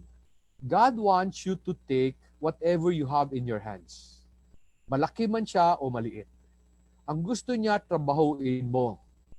Pag tinabaho mo, gusto niya palakihin mo, pagandahin mo. Para dumating yung panahon, magkaroon ka ng sobra. Para magkaroon ka ng bunga. And this is the thing I like about the idea of being fruitful. The idea of being fruitful doesn't mean you prosper. Kasi to prosper means yayaman ka lang. The idea of being fruitful is that you have abundance to the point of being able to give to others. You know, if you join all my seminars in the future, you will find I will share with you everything I know. Now, why do I do that? That's from abundance eh. Sabihin nyo, pag sinare ko sa inyo, ano may iwan sa akin? Huwag kayong mag-alala, marami pa. Marami pang nasa loob. And besides, I have a business of my own. So I'd like to share with you what I know. Okay, because yan ang purpose ni God sa akin. He wants me to have an abundance so that I can share and help other people. Yan ang gusto ni God para sa inyo. That is the kind of life God wants you to have. Hindi yung buhay na pag kumita ako, ubusin ko, and then next time maghahanap na naman ako. So when I realized this, the more I studied the Bible, I wanted to know, how does God want me to really become fruitful, aside from understanding the ways of the plant? So let me share with you what I discovered. Because I asked God, Lord, anong gagawin ko ngayon?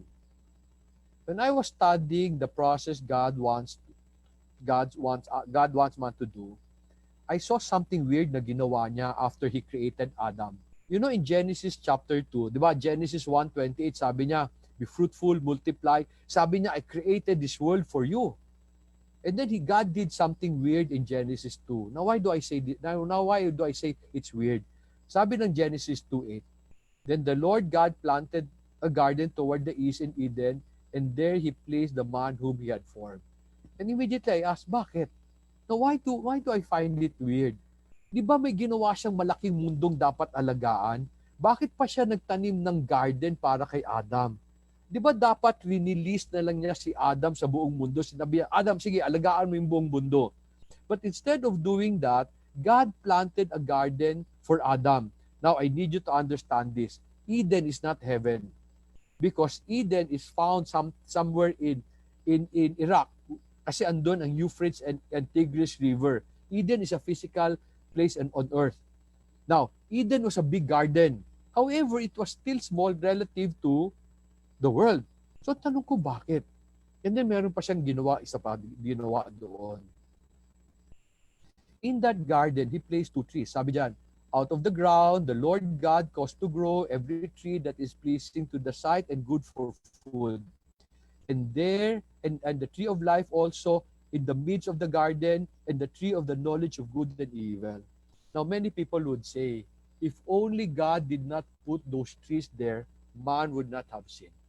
Now, let me clarify something. God did not say that those trees were in a special isolated place. Bible says they were in the midst, meaning they were among many other trees. Bible did not say that those trees had special fruits. Walang sinabi. It was most probable that there were other trees with the same fruit. Pero God identified 2 trees. One to represent the tree of life, and the other the tree of the knowledge of good and evil. Now, why am I including this in my talk? Because from this idea, I discovered one of the most important lesson I learned in life, which changed my life also. But I'll get back to that. Now, ang tanong, what did God expect man to do in the garden? Let me show you Genesis 2:15. Sabi diyan, then the Lord God took man and put him into the garden to cultivate to put in the Garden of Eden to cultivate and keep it. Before I explain this verse, may tanong ako sa inyo. If God would plant a garden, would it be a good garden? I think so. Do you think it would be a perfect garden? I believe so. Yung bang garden na wala ng kulang, yung lahat kompleto, God yan eh. He could have made a perfect garden. So ito tanong, why do you have to cultivate it? Di ba? And the word cultivate in Hebrew is abad. Ang ibig niyang sabihin, pagsilbihan mo, be a slave to it. Ibig sabihin, it talks about hard work. Now, some people believe that work is part of the curse God laid on man after he sinned. Hindi ho totoo yun. Because Adam and Eve sinned in Genesis 3. This is Genesis 2. Meaning, even before Adam and Eve sinned, they were asked to work. So therefore, we need to work. Pero ang tanong ko, if the garden is perfect, why do you have to cultivate it? I hope you're understanding my question. The answer is found in another question. The question is, what happens to a perfect garden if you continue to take and not take care of it? What happens to it? It will become barren. Remember this picture? This was the picture of the land we bought. I'm sure centuries ago, it was a forest. Bakit siya naging ganyan? I'm sure when God created that, it was perfect. Bakit siya naging ganyan?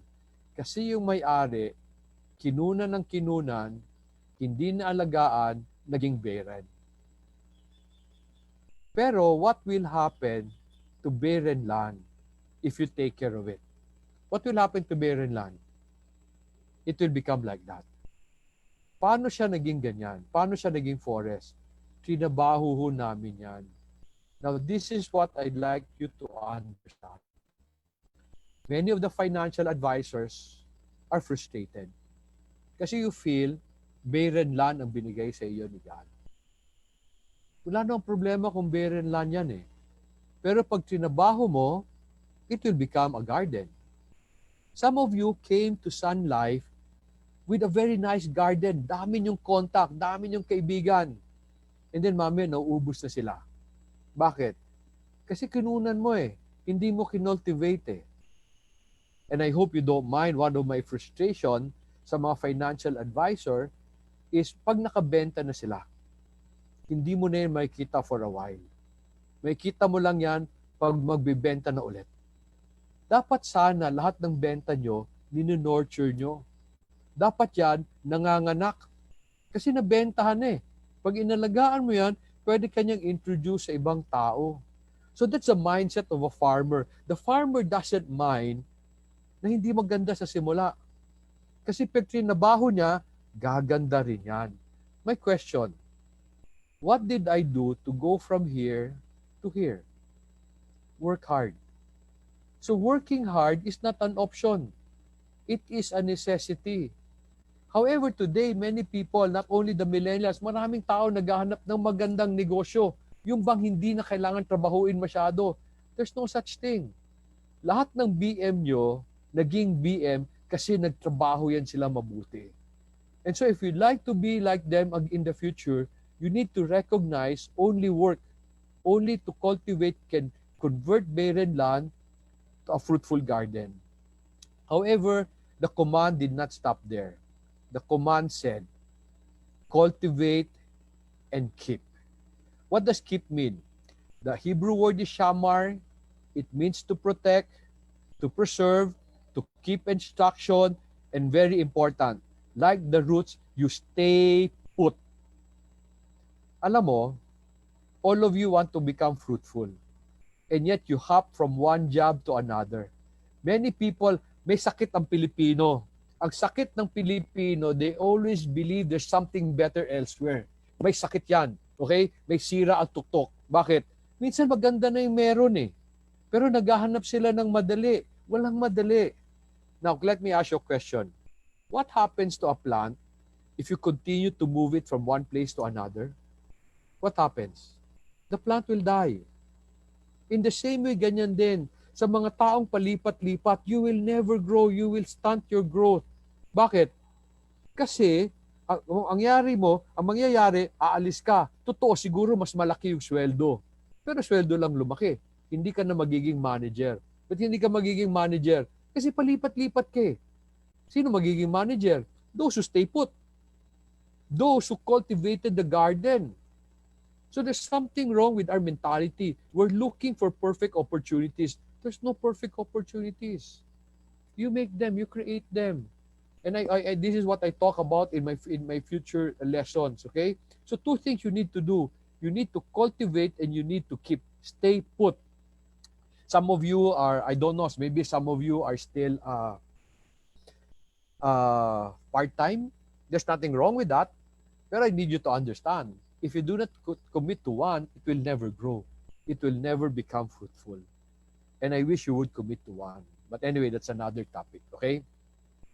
Now, let me now go back to something na sabi ko, I learned one of my most important lesson. The trees. Sabi dyan, no? Then the Lord God commanded the man, saying, from any tree of the garden you may eat freely, but from the tree of the knowledge of good and evil you shall not eat, for in the day that you eat from it you will surely die. Now, did God tempt them? Did God make them sin? Let me explain to you the significance of the tree by sharing with you an analogy. Anong analogy? Let me present it in another way. If you get the chance to join our training in Bukidnon, it's a 1-week training. We host our guests sa bahay namin for dinner. Nakapunta na ho sa amin si Ma'am Gloria, si Ma'am Julie, si Maritz, si Ma'am Dayan, tsaka si Ma'am Marie of Coconut. And when they come, we host them for dinner one night. Now, supposing you come in the future, and syempre maghahanda kami ng buffet, May tanong ako sa inyo. Pwede ko ba kayong sabihan, ito pwede mong kainin, ito wag niyong kainin kasi para sa bisita ko yung iba. May karapatan ba ako sabihin sa inyo yan? Meron siguro, no? Kasi ako may-ari eh. Kayo ba? Pwede ba niya akong pagsabihan ng ganon? Sabihan niyo ako, sa Dong ha, ito pwede mong kainin, ito hindi. Pwede niyo akong pagsabihan sa bahay ko? Hindi ba?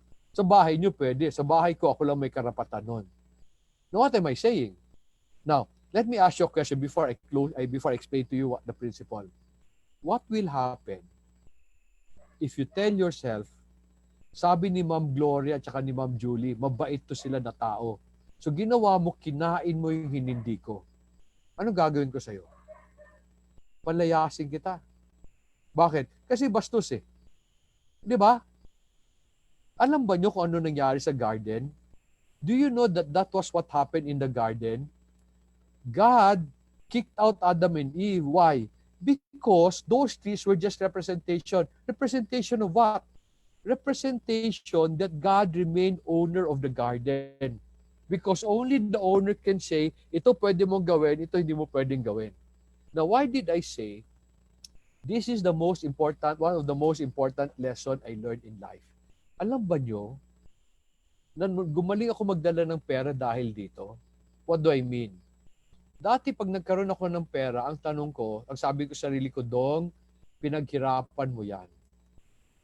Ano ang gusto mong gawin sa pera mo? Well, hindi ko siya winaldas. Minsan sabihin ko, reward yourself.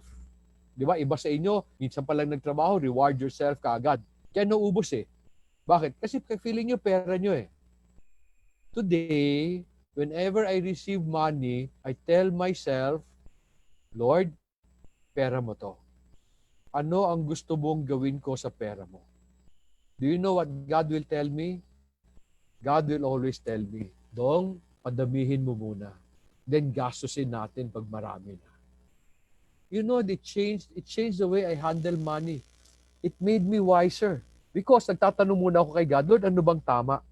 And because of that, because I asked, now, I get to have more than before. Let me share with you how this has another story of how this changed my life.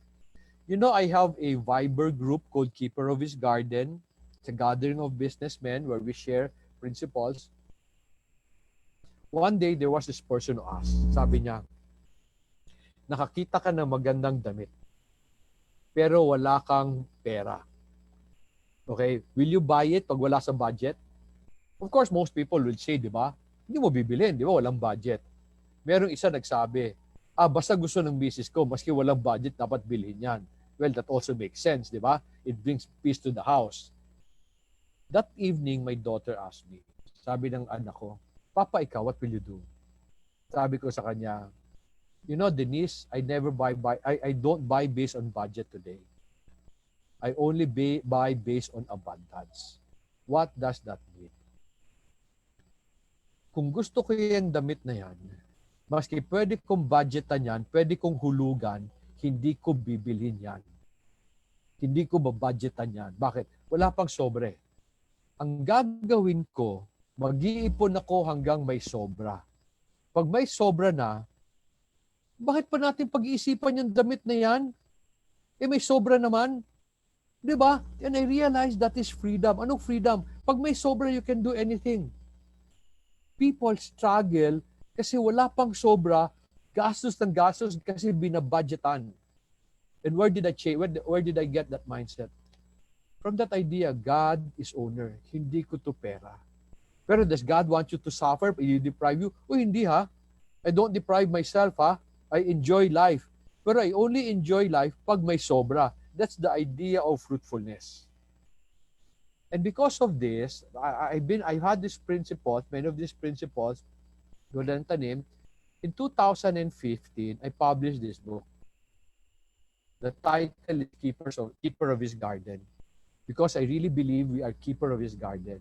I wrote this book because this book contains many of my principles. You know, why did I write this book? Because one day, while doing my quiet time, I was asking God, Lord, bakit marami kang tinuro sa akin na medyo unique? Why would you teach this to a farmer? And I felt God telling me, Dong, that is not for you to keep. That is for you to share.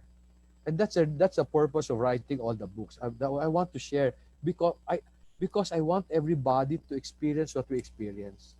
Can you imagine most Filipinos, ang hope nila mag-OFW, makautang para yumaman. We don't know how to prosper by using only what we have. I wish I could teach all of you na pwede tayong yumaman maski konti nagsimula because the ways of the plant will explain it. So God is owner. We're keepers of His garden. What should we do? Let me explain to you. Let me continue to explain to you what I believe God wants us to do. God is owner. We are steward. What does He expect of us? Let me explain what He expects of us through the parable of the talent. I don't know if you, I'm sure many of you are familiar with the parable of the talent. And I use this as a reference in managing also the way I manage the business of the Lord. Sabi diyan, no? For it is just like a man about to go on a journey who called his own slaves and entrusted his possessions to them. To one he gave 5 talents, to another 2, to another 1, each according to his own ability, and he went on his journey. Take note of this. Sabi diyan, God will entrust His possessions to His people. Pero, according to His own ability. May tanong ako sa inyo. Have you ever asked God this question? Lord, ba't ganon? Ba't mas marami kang binigay sa Kanya? Feeling ko mas magaling naman ako. Have you ever asked that? Have you ever asked God, Lord, ba't ganon? Mas mataas ang pinag-aralan ko kaysa sa Kanya. Pero ba't pinayaman mo yung kaklase ko na hindi naman nakatapos? Have you ever asked that? You know, sometimes, no, we feel life is unfair. Na feeling natin binibigyan ni God ng mas marami yung ibang tao. Hindi ho totoo yun. God is fair. However, He will give you more based on ability. Let me explain that. What does that mean? Para ma-explain ko ano ibig sabihin yan, let me share with you a story. Let me differentiate for you my friend and ako. I have this friend sa Manila. Yung kaibigan ko sa Manila, ang negosyo nun, palengke. Nagbibenta siya ng baboy sa palengke. Ako, I was assistant country manager of HP. Yung kaibigan ko, kung magdamit yon, puruntong shorts, puting t-shirt, malaking tao yun, tsaka tsinelas. Okay? Ako, kung magdamit ako, nakakurbata, malinis na polo, malinis na sapatos, tapos dapat mabango. Okay? Meron akong dala nun, notebook, computer. Okay? Naka-iPhone, naka-cellphone pa. Yung dala ng kaibigan ko, lapis lang at papel. Yung kaibigan ko, kung makipag-meeting yon, maski saan, basta makabenta ng baboy. Ako, makipag-meeting ako, dapat Starbucks, dapat social. Kasi ang kausap ko, malalaking tao di ba? Assistant country manager Ako, ang natapos ko, electronic engineer. Yung kaibigan ko, ang natapos nun, hindi pa graduate ng high school. Okay? Yung kaibigan kong yon, doon, ang take home niya araw-araw, take home, ibig sabihin malinis, tapos na lahat ng gastos. Ang take home ng kaibigan ko araw-araw, 9,000 pesos. Wala pang taxes yun. Natanggal na yon. Ako, hindi ko natanggap sa HP yun. Kung makatanggap man ako ng ganun kalaki, babawasan pa ng taxes yun. And yung kaibigan ko, mas maraming pera sa akin yon, pero hindi pa nakagraduate ng high school. So ang tanong, anong pinagkaiba namin? Simple lang. Abilidad. Anong abilidad? Yung kaibigan ko yun, magaling magbenta, maski kay Nino, kaya niya magbenta sa mayaman, sa mahirap. Ako namimili ako ng bibentahan. Gusto ko malakihan. Yung kaibigan ko, wala siyang pakialam. Yung kaibigan ko, ang dami ng abilidad. Walang hiya yun. Hindi walang hiya. Gagawin niya para kumita. Ako namimili So ang tanong ngayon, sino mas maraming abilidad sa amin? Siya. Now, so God will give more to those people with abilities. Pero ang tanong, paano tayo ngayon nagpapalaki ng abilidad? Can I ask you a question? Maybe you can raise your hand. You don't have to show me, but can you answer this question? Sino sa inyo ang gusto maging magaling na negosyante? Yung magaling katulad ni Jack Ma. I hope you would raise your hands, no? Now, doon sa nagtaas ng kamay, may tanong ako sa inyo. Sino sa inyo ang excited pag may problema? I'm sure lahat kayo binaba nyo kamay nyo. You know, whenever I have a talk, I go to these big halls and then I ask, sino sa inyo gusto maging magaling na negosyante? Everybody will raise their hands. Pag tinanong ko, sino sa inyo pag excited bang may problema? Everybody will bring down their hands. Pero may isa magtataas, no, kahit taas pa rin. Sabihin ko sa kanya, ano ka, masokista? And then tatawa kami. Okay? Can I give you an advice? Yung bang nagsabi, I want to be a good businessman katulad ni Jack Ma. Tapos nung nagtanong na ako kung sino ang excited magproblema, pag binaba mo yung kamay mo, can I give you an advice? Can you forget your dream? Kalimutan mo yung panaginip mo kasi babangunguting ka niyan. Kasi hindi ka gagaling na negosyante. Bakit? Can you imagine gusto mo maging magaling na negosyante pero takot ka sa problema? Eh yung mga magagaling na negosyante, di ba kaya magaling yun kasi maraming problema na na-solve yun? So now how do we grow abilities? Let me explain to you what you should do. There is a parallel parable in the Bible. Anong parallel parable? Pareho tinuro, iba nagturo. This time si Luke. Sabi ni Luke, a noble man went to a distant country to receive a kingdom for himself and then returned. And he called 10 of his slaves and gave them 10 minas and said, do business with this until I come back. Now, whenever you do business, you will encounter problems. Okay? Pero ayaw nyo ng problema, so minsan hindi nyo ginagawa. Now, bakit importante ang problema?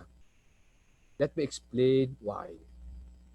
Pumunta ka sa college, tinuruan ka ng teacher na hindi nagpa-practice ng profession niya. So, kulang. Tinuruan ka ng Sun Life paano magbenta. Kaso, classroom lang yon. Hindi ka tinuruan in the field. Nung ginawa mo na-reject ka ng kliyente. Nung na-reject ka ng kliyente, sabi mo, buwisit talaga to, hindi marunong makinig. So sabi mo, so hindi ka nagbenta ulit. Dapat sana, ginawa mo, tinuruan nila ako sa college, tinuruan ako ng Sun Life, ni-reject ako ng kliyente. Ang tanong nun, bakit ako na-reject? Kasi tatiintindihin mo, ano ang dapat mong gawin para next time hindi ka ma-reject. Now, engineer ka, nag-aral ka sa college, yung teacher mo hindi nagpa-practice na engineer. So pagdating mo ngayon sa problema, hindi mo siya ma-solve kasi kulang. Now, did your teacher short-change you? Hindi. Hindi ka naman siya sinadya eh. Kaso lang yun lang profession niya. Hindi siya practicing. Pero kulang yung turo niya. So ngayon may problema ka. Ano dapat mong gawin? Dapat ka mag-aral. Dapat ka magtanong. Dapat ka mag-experiment. Dapat ka magpursige. And then one day, nakita mo yung solusyon. Paggawa mo ng solusyon, na-solve mo yung problema. Oh, nung na-solve mo problema, ano meron ka? Meron ka ng ability. Diba? Why are problems important?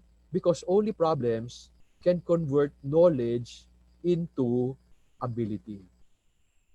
Can I share with you can I share with you my observation as the difficulty of financial advisors? None of you went to college believing magbibenta ka ng insurance. Wala. Merong engineer, may accountant, may agriculturist, okay? Walang pumunta sa college sabi, magbibenta ako ng insurance. And then, na-attract lang kayo sa Sun Life because maganda ang promise ng komisyon. So you came into the business hoping to earn. And sabi ko sa inyo, ang benta is just a natural byproduct. Nung ginawa nyo yung trabaho, isang katutak na rejection. Ang sinisi nyo, manager nyo, kliyente nyo, kasama nyo, hindi nyo sinisi sarili nyo. Hindi mo tinanong, ano ba ang dapat kong ayusin para gumaling ako? The problem you encounter were just forcing you to grow in abilities. So let me now explain to you the purpose of business. God has entrusted you with talents, with resources, with a garden according to your ability. He then wants you to do business with it. Whenever you do business, you will encounter problems. As you solve problems, you grow in ability. When you grow in ability, you will be able to handle more business. But as you do more business, you will encounter more problems. But when you solve them, you grow in ability. Naalala niyo yung kwento ko sa inyo kanina? Roots, shoots, roots, shoots. Naalala niyo yun? That ang goal ng negosyo, ng tanim, mag-grow ng roots para dumami yung shoots. It goes through that process for some time until the proper season. Ano proper season? Maglakas ang ability, malakas ngayon marunong magdala ng negosyo. In the proper season, you become fruitful. Karamihan sa inyo gusto maging UM, maging SM, maging BM. And yet you're not respecting the process. Financial advisor ka today. Dapat nag-enjoy ka sa problema mo. Bakit? Kasi pag inayos mo yan later, you become fruitful. So sa akin, business is about growing abilities so that God can give you more opportunities. Yan ang focus ng negosyo. Hindi benta, hindi kita. Kasi ang kita kusang dumadating. Now, what are abilities? To me, abilities, dalawa yan. They are strength and character, skills and character. Many of you have knowledge. Now you're growing in your skills. Kaya natin to. The other thing that you need to also develop is character. The business of selling is good because you can earn a lot. I used to sell for HP. But character is an essential part of a salesman. Bakit? Daming rejection eh. Daming ka mag-persevere. Dapat you need to work hard. In your number, in your system, one sale means may trinabaho ka ng 10. Pag madali kang ma-discourage, wala kang character, you will fail. Pero I wish you'd stay as Sun Life advisor. Bakit? Because it gives you the ability to earn OFW income while staying in the country. And it is not a bad business. But you need to develop your skills and you need to grow in character. The reason why you're having a hard time is because your character is being tested. However, it's just being tested. Ibig sabihin, hindi ka ibig sabihin mahina. You just have to grow there. Become better. However, let me now show you what happens. Ano ang nangyayari if you grow your skills? Alam mo, yung first 2 slaves, pindinoblin lang meron sila eh. Yung binigyan ng 5, nagbalik ng 10. Yung binigyan ng 2, nagbalik ng 4. Do you know what the master did? Look at this. His master said to him, "Well done, good and faithful slave. You were faithful with a few things. I will put you in charge of many things. Enter into the joy of your master." Question. Did the master take back what they returned? Binawi ba ng master yung pera niya? Hindi, di ba? Anong ginawa? Dinagdagan. Do you know that God's not looking for people who will give Him money? He doesn't need your money. God is looking for people who will take care of what He gave them so that pwede ni God dagdagan. Di ba ang ganda nun? If you excel, if you do well with what you have, dadagdagan pa ni God ng opportunity yan. However, there was this third slave. It was third slave. And the one also who have received the 1 talent came up and said, "Master, I knew you to be a hard man, reaping where you did not sow and gathering where you scattered no seed. And I was afraid and went away and hid your money in the ground. See, you have what is yours." Why did he not work? Sabi niya, "Boss, ayoko sa'yo, malupit ka." Let me ask you a question. Did the first 2 slaves know that the boss was hard? Did they know na malupit yung boss nila? Oh, isa lang naman boss nila eh. Pero, Anong pakialam nila na malupit yung boss niya? You see, this person was looking for a nice boss. I'm sure some of you financial advisors are now complaining about your boss. Lupit ng boss ko, kumakapukpok, ang hirap. Okay, gusto mo yung boss na madali, yung bang maski hindi ka makabenta ngayon, sabihin sa'yo, oh, next month huwag ka ulit magbenta. Okay lang yon. Alam mo, kung ganyan yung boss mo, iwanan mo yung boss mo. Walang mangyayari sa negosyo nyo. Kaya lahat ng boss, they are hard. Bakit? Because meron kailangang habulin. May kailangang pasweldohan. This person was looking for a nice boss. Do not look for a nice boss. Look for a reasonable boss. Anong reasonable boss? Nagsipag ka, reward ka. Nagtamad ka, pinagalitan ka. Nung pinagalitan ka, ano ibig sabihin nun? Ba ibig sabihin the boss cares for you? Gusto niya magtrabaho ka para kumita ka rin. Pinagalitan ka. Nung pinagalitan ka, sino may kasalanan? Di ba ikaw din? Kung ginawa mo trabaho mo, papagalitan ka? Hindi. So there's something wrong. And there's something wrong with who? There's something wrong with you pag nagagalit ka na pinapagalitan ka ng boss mo. Kasi pag ginawa mo trabaho mo, hindi ka nang papagalitan. Pag ang boss mo nagagalit sa'yo, paski magaling ka na, iwanan mo yung boss mo yan. Okay? Mahirap din yun. Okay? Now, question. Did this person steal the money? Hindi, di ba? Winaldas ba niya yung pera? Hindi rin. Di ba sinoli niya? So, anong kasalanan niya? You know, the boss did not call him a sinner.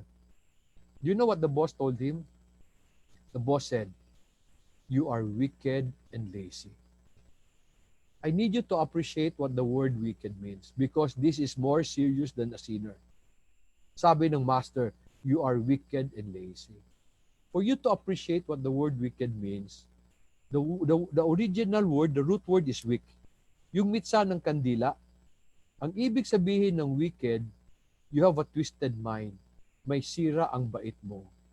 So sinabi niya dun sa third slave, may sira bait mo. Ba't may sira bait? Binigyan ng pera, binigyan ng negosyo. Pag pinalago niya, ladagdagan pa niya. Di ba may sira bait niya? Hindi sinayang niya opportunity niya. Now, meron akong sasabihin sa inyo and I hope you will not be angry. You will not be offended. I don't know you. In fact, I don't see you eh. Okay? Si Joey lang nakikita ko eh. Okay? I don't see you, but many of you are endangered of being called wicked and lazy. God is telling some of you, may sira tuktok mo. Bakit? Did you pray for this job? Did you pray that you will become a financial advisor ng Sun Life? Did you ask God to bless you? And ngayon, blines ka ni God, ginawa kang financial advisor. O ginawa kang UM, ginawa kang SM. And ngayon, reklamo ka ng reklamo sa trabaho mo. Reklamo ka sa boss mo. Reklamo ka mahirap. Reklamo ka na ang daming hinihingi sa'yo. Okay, reklamo na kailangan ba ako lumabas parate? Do you know what God will tell you? May sira tuktok mo, you are wicked and lazy. Kasi God gave you a nice opportunity. He made you a financial advisor in the number one insurance company, number one insurance company in the country. Sasabi niyo, walang sweldo eh. Oh, pero laki ng komisyon niyo. Pag nagsipag ka, ang laki ng komisyon mo. So you always look for reason bakit mahirap. Tawag sa'yo ni God, wicked and lazy. May sira tuktok mo, you don't appreciate what you have already. Kasi hindi natin naintindihan eh. Sabi ko sa inyo, lahat ng garden tinatrabaho. You need to cultivate and keep. Let me now explain to you how God designed life. God has entrusted each of us a garden. He has given us talents, resources. This talent is not singing talent. It is 15 years of a laborer's salary. Your garden can take any form. It could be school, job, business, whatever form. It could now be your business, your being financial advisor. However, I need you to realize na galing sa kanya yan. He is owner, you are steward. What you do with your gardens today will determine the kind of garden you will have in the future. Who decides your success? It is not your product, not your company. You decide your success. I have a lesson called The Responsibility of the Steward, and I always say there, farming is not about the crop you grow. It's not about the farm you have. The success of farming is based on the farmer. It's based on the person. Business is not about the product you sell or the company you run. Business is about the person running the business, the entrepreneur. So therefore, your business as financial advisor, your success does not depend on the product, does not depend on the company. Depends on you. Paano mo siya minamanage? Kasi merong successful sa inyo, merong hindi. Bakit successful isa, bakit hindi? It's because of the person. It's about the ability of the person, his character and his skills. As I end, let me now show you why we struggle. Because whenever we earn, ang goal is to spend. And then mamaya we earn into spend. Oh, bakit lumiit? Kasi minsan hindi pa ini-earn, inutang na eh. So mamaya lumiliit na. Mamaya we earn and we spend. And I heard some of you are really struggling with this COVID-19. Some of you are panicking. Kulang na yung ipon. Bakit? Kasi nung kumita kayo ginastos nyo eh. Ano ba dapat tayo? Anong gawin? This is how I grow my business. When I earn, I use it to grow. I earn in order to grow. I earn in order to grow. When I earn in order to grow, I grow my money. I grow my abilities. I grow my business. Okay? Yung benta, yung profit, kusang dumadating yan. In the heart of all of this, what is the key to becoming fruitful? You cultivate and then you keep. You cultivate and then you keep. You work hard and then you stay put. Ang problema sa maraming tao, naghahanap tayo ng magandang opportunity. Let me share with you something I post in this Viber group nga called Keepers of His Garden. I post this kanina umaga. Sabi ko dyan, entrepreneurs do not wait for opportunities to come. They create them from the things they have in their hands. All of you can be very, very successful if you realize na sa kamay nyo na yung kailangan nyo. Pero trinatrabaho yan. Nagsisipag ka dapat. Wala pa ring papalit sa hard work. Now, some of you believe kasi naka-iPad kayo lahat, okay na kayo. iPad is a tool. Cellphone is a tool. It does not replace hard work. Okay? It just solves some of your problem. But it will not make you successful. As I end, I also like to encourage you. I wish you'd read your Bibles. Now, I really do not care kung ano religion nyo. Because I'm a person who do not care about religion. Because religion cannot make you better. Okay? I believe in you having a intimate relationship with God and obeying Him. Now, why do I want you to obey Him? It's because of this verse. Look at this verse. This is a beautiful verse. Sabi niya, thus says the Lord, the Holy One of Israel, I am the Lord your God who teaches you to profit, who leads you in the way that you should go. Akala nyo God's only concerned about your spiritual well-being? Sabi dyan, no? He teaches you to profit. That's the reason why I read my Bible every day. I wake up by 5 in the morning and read my Bible for an hour. I talk to God. Now, bakit? I want to profit. Akala nyo I'm trying to be spiritual? Hindi ha. I'm trying to be practical. Since I want to profit, I read. You know, I've been an employee. I've been a corporate executive. You know, I've been an entrepreneur. I've tried many business approach. And I found the better one. And I realized the Bible is the best business reference. And I hope you try it. Now, as I end, God created you to be fruitful. He wants you to have abundance so that you can bless others. Pero if you want to do this, your issue is to grow abilities. Yan ang gusto ni God. Focus on growing abilities. Let me just, Joey, I'm finished, but let me just finish some of the things that people may ask about the books, about keepers, para lang tapos na yon. If you're interested with my books, I wrote 3 books. Okay, this is our story.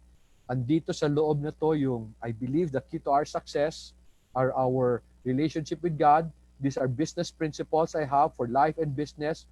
I published this in 2018. Now, this is not about your style of creating wealth, about investing, about stocks. This is about growing wealth, creating wealth through business. I wrote this because ang dami kong nakikitang prinsipyo about entrepreneurship which damages people. Nasasaktan lang sila. Bilisan mo, umutang ka. And I hope to explain to you ano ang tamang paggawa ng pera sa negosyo. If you want to buy this, nasa Lazada ata yan. They're being sold by CSM, Church Strengthening Ministry. Yung nag-publish ng libro ko. However, if you want me to sign the book and also give a dedication, you may want to buy from Similia sa Kinabuhi, dito sa Bukidnon. Please call Ryan Cagadas, okay? Siya nagko-coordinate niyan. And then we will send it to LBC. Papunta sa kung saan man kayo. You will just add freight. One book is 350 per book. Yung combination is 1,050. Now, the other thing is you'd like to get in touch with me, I'll be very happy to answer you. This is my email. This is my cell phone. Yung kanina I was talking about a Viber group. It's a Viber group called Keeper of His Garden. If you're interested, send me a message. I will send you the link. It's now a community. Okay, meaning hindi ka lang makakapasok. I need to send you a link. Andyan sila Randall, sila Marvin, sila Jason, sila Doc Alvin.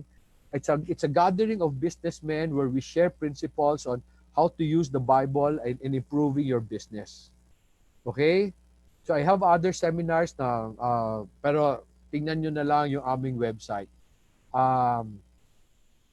Joey, I'm done. Okay?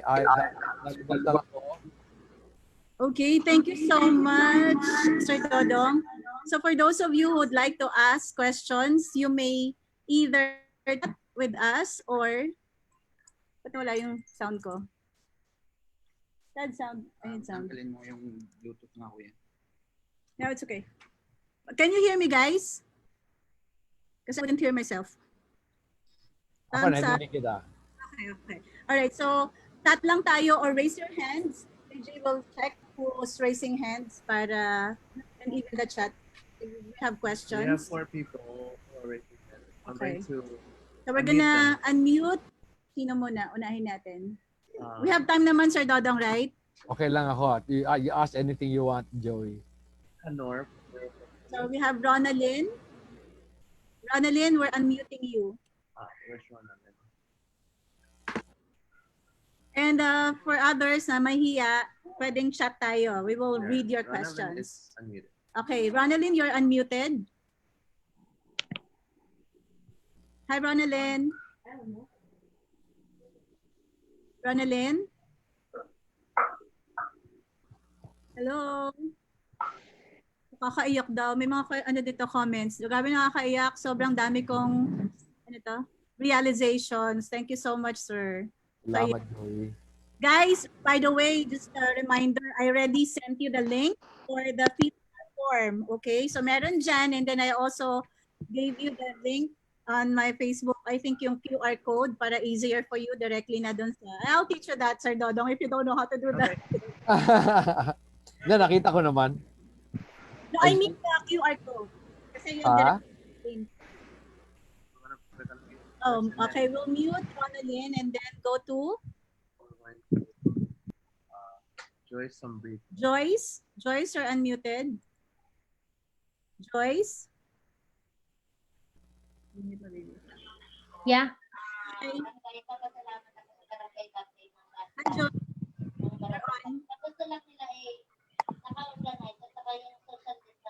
Joyce? Sombrito. Joyce Sombrito, you're on. Alam nila kung kaya ibigay ng isang barangay ang ganitong klase ng pang-unawa, bakit hindi kayang gawin ng iba? Masama ang loob ng mga ngayon sa nangyari. I'm only unmuting. Don't worry, guys, para maayos tayo. Okay, we're going to go. We go with next. No one else. No one else? They can unmute themselves because we have. Okay, JJ said that you can already unmute yourself if you want to ask. Or if not, then mag-comment muna ako, no? So first, I'd like to thank you, sir, for this opportunity. Meron akong question. Kanina na-mention mo yung Viber group mo. Is that exclusive? No, ma'am. Hindi ko lang siya binubuksan. It's a community. It's my invitation sa community. So, kaya naman namin I can send you the link to share with your friends. Kaso lang, we're also controlling it, Joey, na every 2 weeks I change the access kasi dati napasukan kami ng Russian. So, every so often I will change it. So, I can send you the link if you'd like to share with your friends kung gusto mo i-announce. Pero lang after 2 weeks, I will change it again. Alright, so thank you. Kasi parang gusto kong maging part ng Viber group na yon. Sige. And by the way, I'd like to correct yung masasabi mo kanina, parang mas marami pa akong followers. Alam mo, sir, ganito yan. Makapal lang yung mukha ko. No. I'm impressed with the way you manage your channel, sabi ko. No, I'm really like no one here. I'm just a UM. No, I'm not saying talagang just lang. I'm comparing myself with you. Idol ka namin. You're like Brother Bo Sanchez, my former boss. So when I you dun sa Mango, you were invited by BM Ramil Gandala. Oh, so, Ramil, oo. Andiyan si Ramil, di ba? Yeah, he's listening. Of course, he has to listen. He's my BM. So anyway, ganun pa. I'm demanding everyone in Mango to listen to you. No, but actually, a lot of people are really wanting to hear you and again, lalo na sa Mango kasi you guested like long time ago and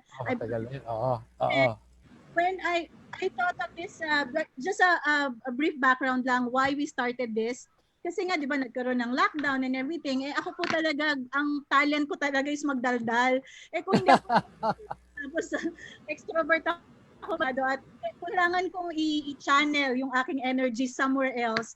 Dahil pag hindi, lalabas ako at makukulong ako. So I made the daily Zoom show. So Monday to Friday. Wow, galing. Yes.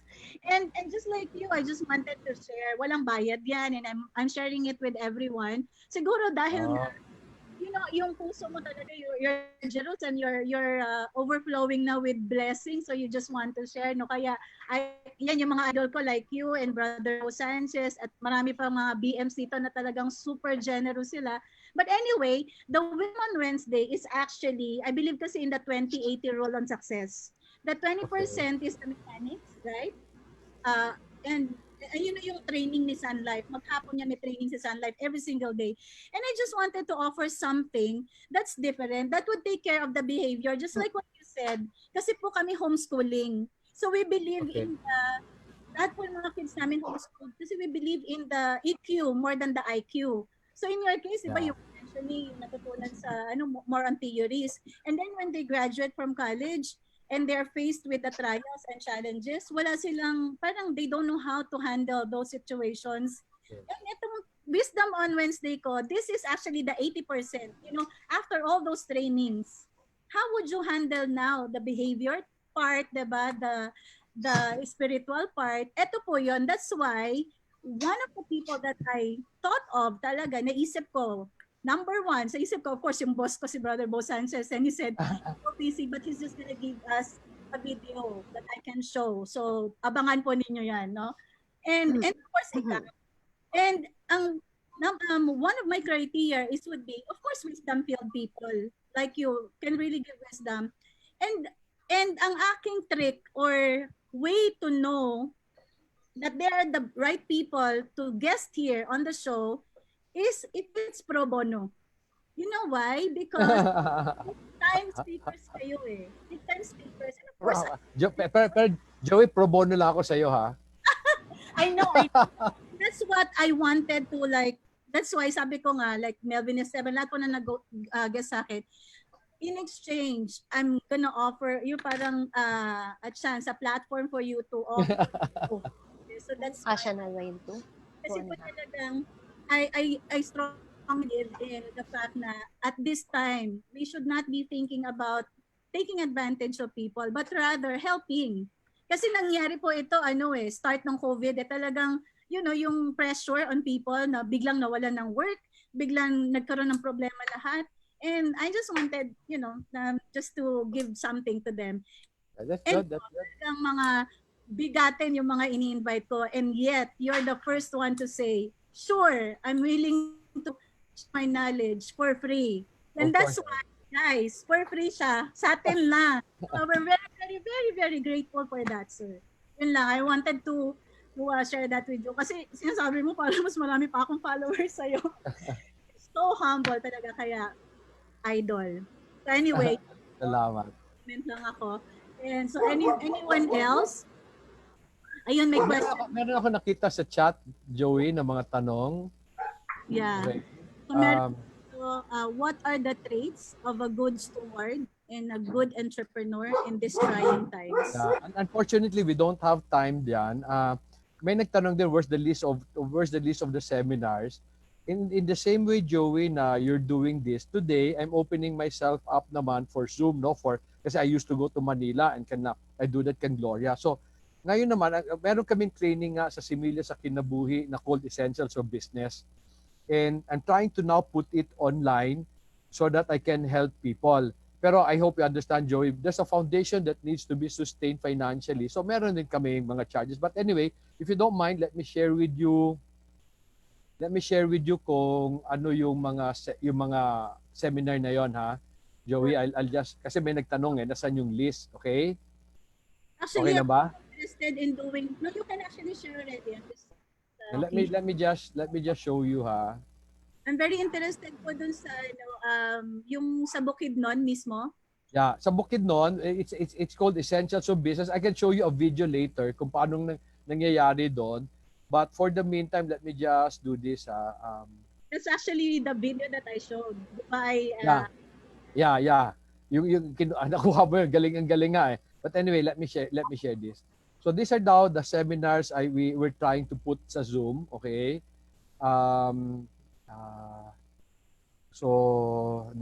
Okay. So meron ako, so this is part of this, the entrepreneur, the person. Dalawang part siya, the purpose of business and then the responsibility of the steward.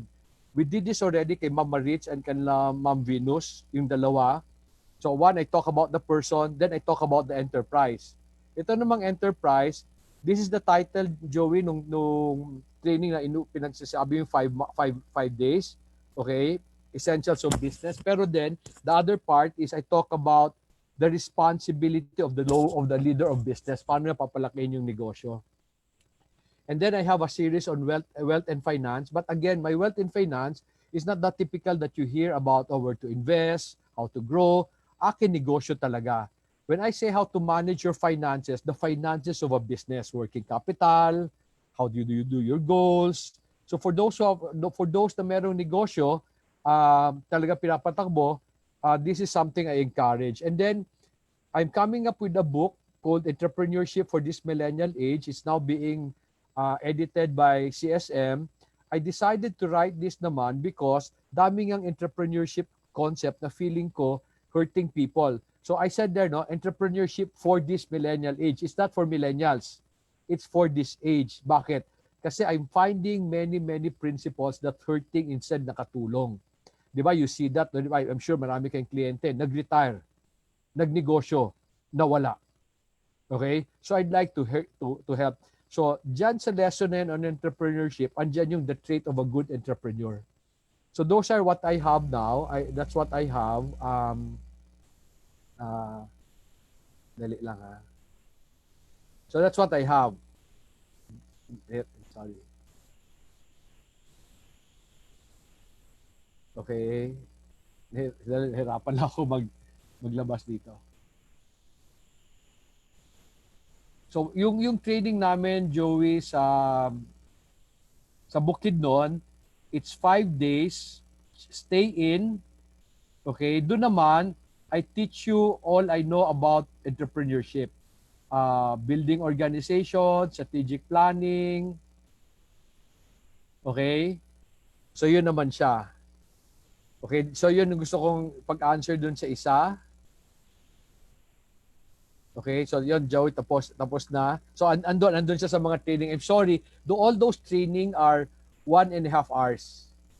Okay, so hindi ko siya ma-discuss ngayon. Kasi sa akin, Joey, I build on lessons. The reason why I started with purpose is gusto ko lang muna maintindihan yung foundation, which is ability. And then yung ability. So I have different lessons yung ganun. Okay? Were you trying to show us the video, sir? I can show you the video. Dali ha. You do it from my end. You can. Kung gusto mo, kung nasa inyo yung video. Sige. Do it from my Facebook. Pero siguro while I'm doing that, you may want to answer please share your Bible reading practices in a day. Okay. Okay. So anyway, this is what I do. I wake up by 5 in the morning. And the reason why I wake up by 5 in the morning, para walang gulo. Kasi when I wake up, say, by 7, marami na, mga tao ko pumapasok na. So I hear them working. So hindi ako makakonsentrate. So I have this mindset na dapat ang una kong oras kay God. Give Him the best. So that's the reason why the first thing I do when I wake up, I spend time with the Lord. So ang ginagawa ko, I read 3 to 5 chapters a day. Okay? When I read 3 to 5 chapters, I use that as parang si God talking to me. Ang ginagawa ko para exciting siya, di ba, sometimes the Bible can be very boring. Di ba, just story, detail. Para exciting siya, I put myself in the position of the person. Ibig sabihin, if I'm reading about Abraham, ako si Abraham. If I'm reading about Moses, ako si Moses. Pag pinagalitan ni God si Moses, feeling ko pinapagalitan ako ni God. So I make things very personal. Then I write down everything I learn, I realize. And then from there, when I realize that, I start to pray for that. So I read first para so that God will talk to me. Then whatever I learn, I talk to God. Okay? I discuss those with God. And then I go through my day. Okay? Tapos isa pa, Joey, what do I tell God? I don't pray for other people. I do pray when they request. I pray for me and God. Okay, kami lang, parang ko-converse kami. Lahat ng problema ko, lahat ng concern ko, my joys, my pains. So it's like a conversation with the Father. So that's what I do. Okay? Okay. So here's the video, sir. Sige, Joey. Seryoso sina Sir at Ma'am sa pagtatrabaho sa halamanan na ito sa Bukidnon. Ang ilan sa kanila ngayon lang bawal ng lupa. Hindi kasi sila mga magsasaka. Karamihan sa kanila, negosyante at managers ng iba't ibang kumpanya at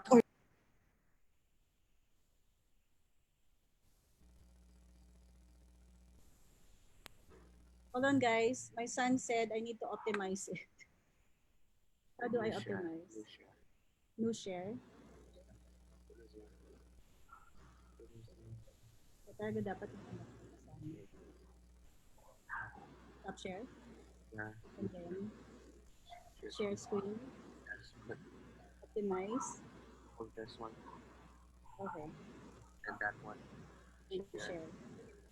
garden na ito ay bahagi ng Breaking Through Essentials of Business Seminar na isinasagawa ng organisasyong Semilya sa Kinabuhi sa pangunguna ni Dodong Cacanando.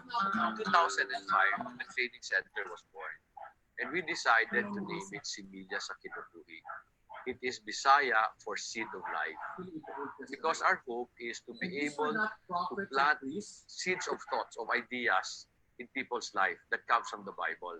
Tuwing alas 5 ng umaga, kahit pupungas-pungas pa, kanya-kanyang basa ng Biblia ang mga kalahok upang tuklasin ang kahalagahan ng salita ng Diyos at maging gabay ito sa buhay. The life verse of Semilya is Genesis 1:20.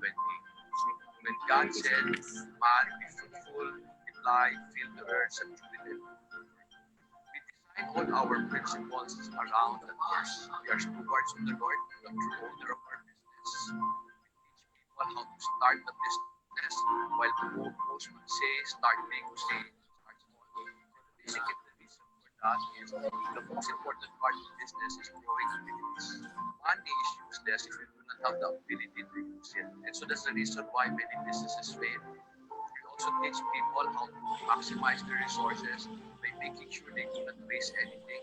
Ayon kay Dodong, ang isang negosyo ay parang halaman kapag ang ugat o ang pundasyon nito ay inalagaan upang maging malusog kusa itong mamumunga ng maraming prutas. If you force it, it will die early. So we use the plant as a model to show people how things grow, how organisms grow, and a business is an organism that must go through the stages of its growth so that eventually can produce profit. On the other hand, we also say that the profit that we have has been given, bless us, and also bless others. Sa pagtatapos ng 5 araw na training, pinapasyal ni Dodong ang mga nag-seminar sa kanilang farm, ang Moraya Farms. In the mountain of the Lord, it will be provided. Pag kanyang sa kanya galing. In the same way, sa inyo, pag galing kay God and you decide to take care of it, things will fall into place. Sa loob ng 18 taon, ang 14 na ektaryang lupain na dati litsugas lang ang tanim, ngayon ay 52 ektarya na puno ng sari-saring gulay, mga punong kahoy, mga pato, kambing, tupa at iba pang mga alagang hayop. Sa isang lugar na kilala bilang lugar ng buto dahil malayo ito at mahirap puntahan. Ngayon ay kapansin-pansin ang isang gubat na umusbong dahil sa pagiging tapat na tagapamahala ni Dodong sa yamang ipinagkatiwala sa kanya ng Panginoon. Puno naman ng pasasalamat ang mga nag-seminar sa kanilang mga natutunan. Among the trainings na pinadala sa akin ng mga Diyos, parang equipping at the best. Bible pala, it's not just for spiritual growth, but for every walks of our life. Because this is life.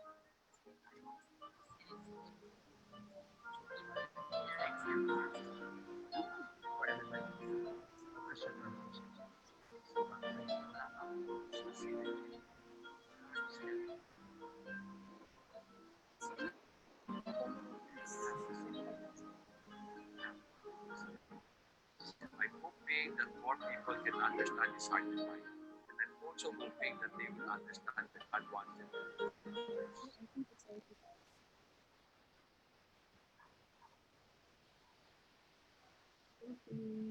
Ano ba? JJ, what do I do? Stop. How? Stop share. Jay, help mommy, dali. Stop share. How? Sorry, guys. Hi, I'm Kira. I'm 13 years old and I live in New Delhi. Sabi ko na. You need to help mommy. How do I stop? Right. Hey, guys. By the way, si JJ daw may question. Okay. Hey, come on. Here. Come here. This is my son. He's Okay, 8. AJ. Hello. SJ. Hello, Sir Dodong. Hello, Jay. Now, I have a question. Okay. It's something a bit more complicated because I'm only 18. Okay. And I feel like I have a lot of opportunities around me. Like my mom and dad have given me tracts of green pastures and lots of land to take myself. But I'm either too overwhelmed at how many opportunities there are, or I feel like I'm too lazy to do anything, so I just sit on the ground. So I want to ask, how can I maximize myself so that I can cultivate myself to become better? Because right now I have the thinking of the Filipino mindset, which is Something better out there, huh?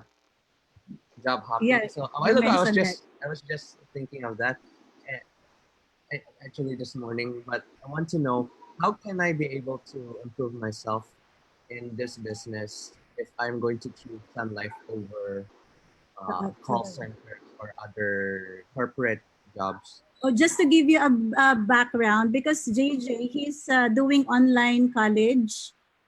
Okay. That's one. And I told him, kasi anyway, we came from Canada before, and so yung mindset ko, dapat at 16, you're already independent financially. So talagang 16 pa lang, pushing already to not be like Filipinos, no, na pagka-graduate pa lang ng college, doon pa lang mag-work. So at 18, he's with call center agent siya ng Concentrics. So he's working here at home. And also he's a financial advisor. Okay. So probably he's overwhelmed with all the responsibilities. And then kanina nga kasi with call center, siyempre mura lang no ang sweldo niya. And sabi ko, because he's young, he needs to have a lot of income. Kasi yung Sun Life naman, he can do it on the side. Pero sabi ko, ang focus mo pa rin is on Sun Life kasi it will give you time freedom. And he's thinking, he wants to up from one job to another. And that's why when you mentioned it a while ago, sabi niya, ouch. Kasi that's what he's thinking. Okay, do I answer you? Yes. Okay. First of all, Jay, I'd like you to enjoy your youth. Okay? Your mom is a typical millennial mom na gusto lahat pagawa sa anak niya na pag summer, ano kung ganun kayo dito ngayon sa Manila, nakakarate na, nakaswimming pa, nakapiano pa, na parang, and then the child gets burnt out. Okay? Ako, let me just give you some comment on this is personal. This is my personal comment. Please don't be offended kasi akin lang to personal. What I don't like about call center agents is I feel you're losing the most productive time of your life and learning nothing. Bakit? Kasi call center agent, tagasagot ka lang eh. So you're there for the money, di ba? You're there for the money. And sa akin kasi, at your age, money is not important. In fact, si Jack Ma said, when you're 20 to 30, your goal must be to work for a good entrepreneur so that you can learn to be an entrepreneur. That's the only way to become an entrepreneur. So, at your age, ako, sa mga anak ko, hindi ako concerned sa pera nila. All I want is for them to grow on abilities. Like for example, let me share with you my daughter. Okay? My daughter did not go to college. Kaya siya, homeschool din siya. Kaya ko siya hindi pinaka-college kasi naniniwala ako, walang employment sa Bukidnon. Pag naging empleyado siya, pag ang mindset niya empleyado, kailangan niya pumunta sa Manila, sa malayo para lang magkapera. So my daughter did not like the idea kasi first time lang niya papasok ng college, hindi pa siya nakapasok. So I told her, gap year tayo. Tingnan natin ano mangyayari. So happy naman siya kasi pwede na raw siya magbakasyon. So little did she know that I talked to two of my friends. Isa si Chef Tony, yung popcorn. Then yung ninang niya may logistic company. And I asked them to take my daughter as an employee.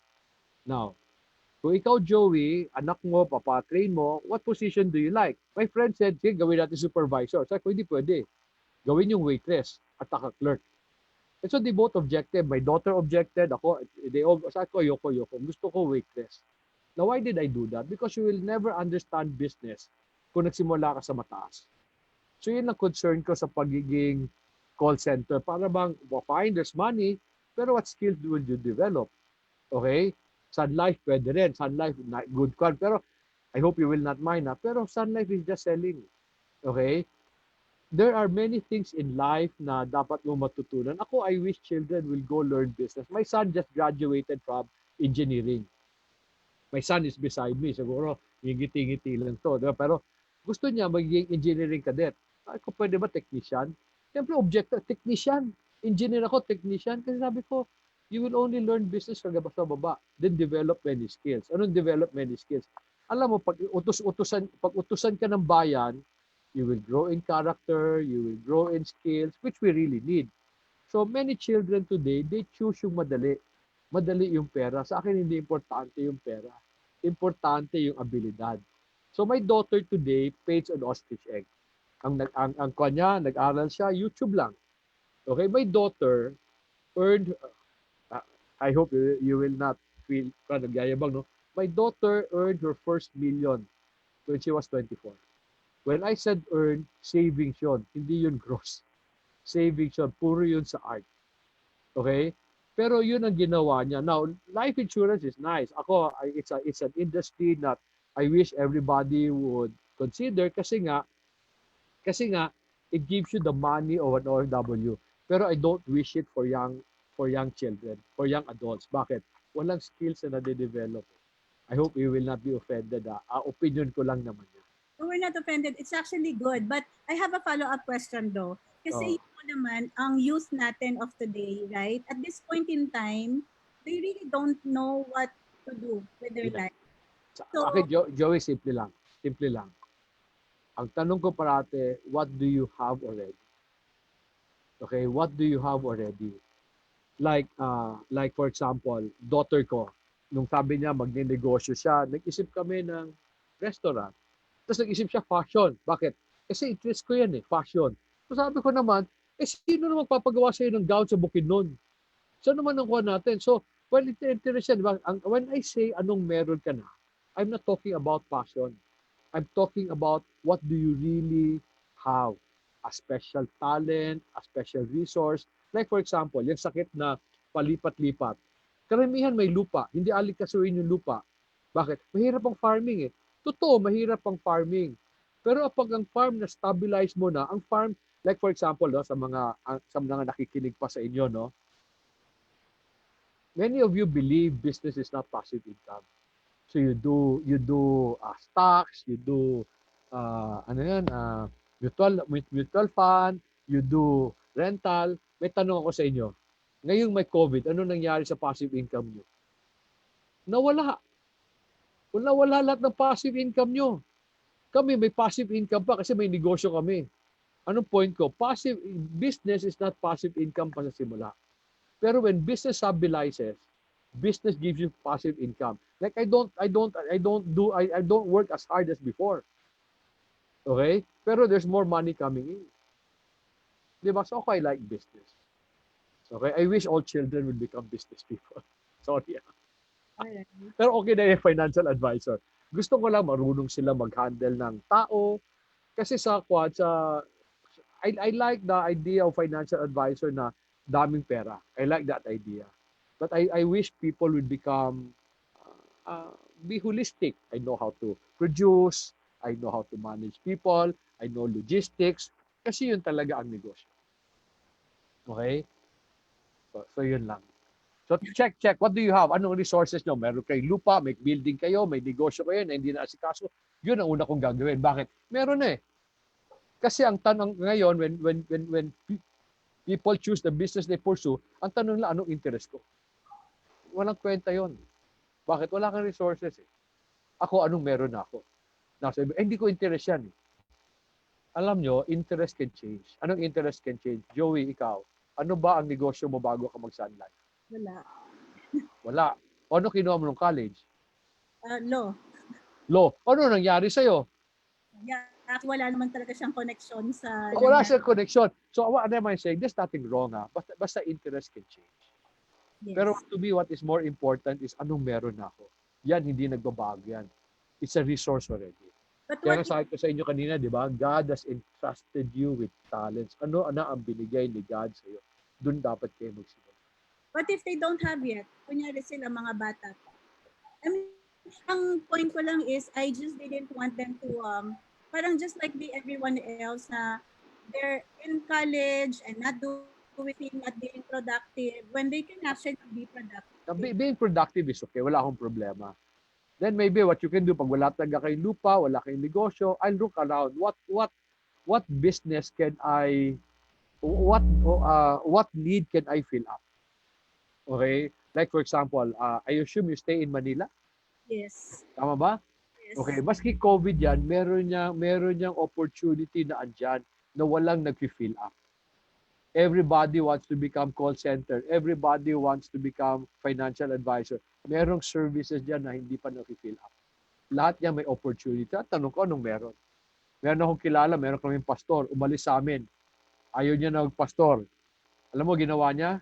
Nagbenta siya ng banana queue sa harap ng isang university. Banana queue. So cheap, no? After 2 years, bumili ng lupa. Ba't bumili ng lupa? Naturuan namin mag-ipon Okay? Bumili ng 2 hektarya. 2 years ago, nagtanong ako, nasaan na itong si gandong pastor? May 8 hektarya na siya. So nagsimula doon sa banana queue kasi lang daw available. Okay? I don't know. I hope that helps. Yeah, it does. Thank you so much. Tinatanong nila, sa Bukidnon din po ba yung training? Yes, sa Bukidnon siya. It's 5 days stay in. I said already sa kuha na, ang fee namin nun is 12,500 with board and lodging. For the 5 days already? 1,500 only. For the 5 days na? For the 5 days. Siguro kasi ikaw na ang nag-promote, pataasan ko na. Grabe, ang mura naman. But what? Tataasan ko na, Joey. Yeah, I'm just wondering kasi my son asked me kung ano for the whole 5 days ba yan kasi it seems it's very No, kasi kami, the reason ganyan ang presyo namin, we need to protect Mindanao. Mindanao cannot afford what you can. Kayo naman, mapapagastos kayo sa plane ticket. right. No, it's still very very Yeah. affordable. Actually, ang ginawa na ni Kwan, ang ginawa na si Marie ko ng Coconut, came here already, I think twice. Si Maritz, grupo sila. Grupo talaga. Pinilo nila yung klase na 20. Okay? So that's something you can do. You learn as a group. Okay, that's good. May question pa dito from Veronidia.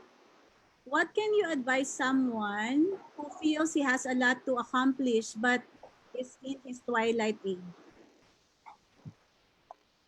Ako, I believe in focus eh. Parang ang dami-dami natin gustong gawin. Ako, I believe in becoming rich with one potential. Ang dami-daming tao ngayon, they pursue so many things. Alam mo, if you do that, you don't prune out, no? When you pursue so many things, you will never be excellent in one thing. Kasi kung magaling ka na sa isa, kukunan mo siya ng oras, ibibigay mo sa iba. But that's the mind of people today. If I become Sun Life advisor, become a seller of this, run a pizza shop, kala natin yayaman tayo. Hindi totoo yun. Hindi ka mag-excel. Bakit? Because you need to give something 100% to excel. Now, ibig sabihin, I can't diversify. No, pwede. Pag nag-succeed na yung isa. So be good in one first, let it earn money, then go diversify. When you feel there's so many things you want to accomplish, you are just setting yourself up for failure. Maghanap kayo ng tao. Like for example, your BMs are very good. Yung mga BMs ba nyo, may mga sideline yan? No, most of them are full-time. Kaya sila nag-succeed. And ganun nga, we feel we will succeed if we have many opportunities. You will not. Ako, I'm trying to succeed with a farm. Okay? Kaya we've grown the farm. Okay? Otherwise, if I have another business, I'll get money from the farm, lalagay ko sa ibang negosyo, papatayin ko yung farm. Okay? So focus on one. Okay? Tatanong din if we can copy the link ng promo video. Actually, it's on his Facebook, Dodong Cacanando. I have a YouTube channel today where I share my principles.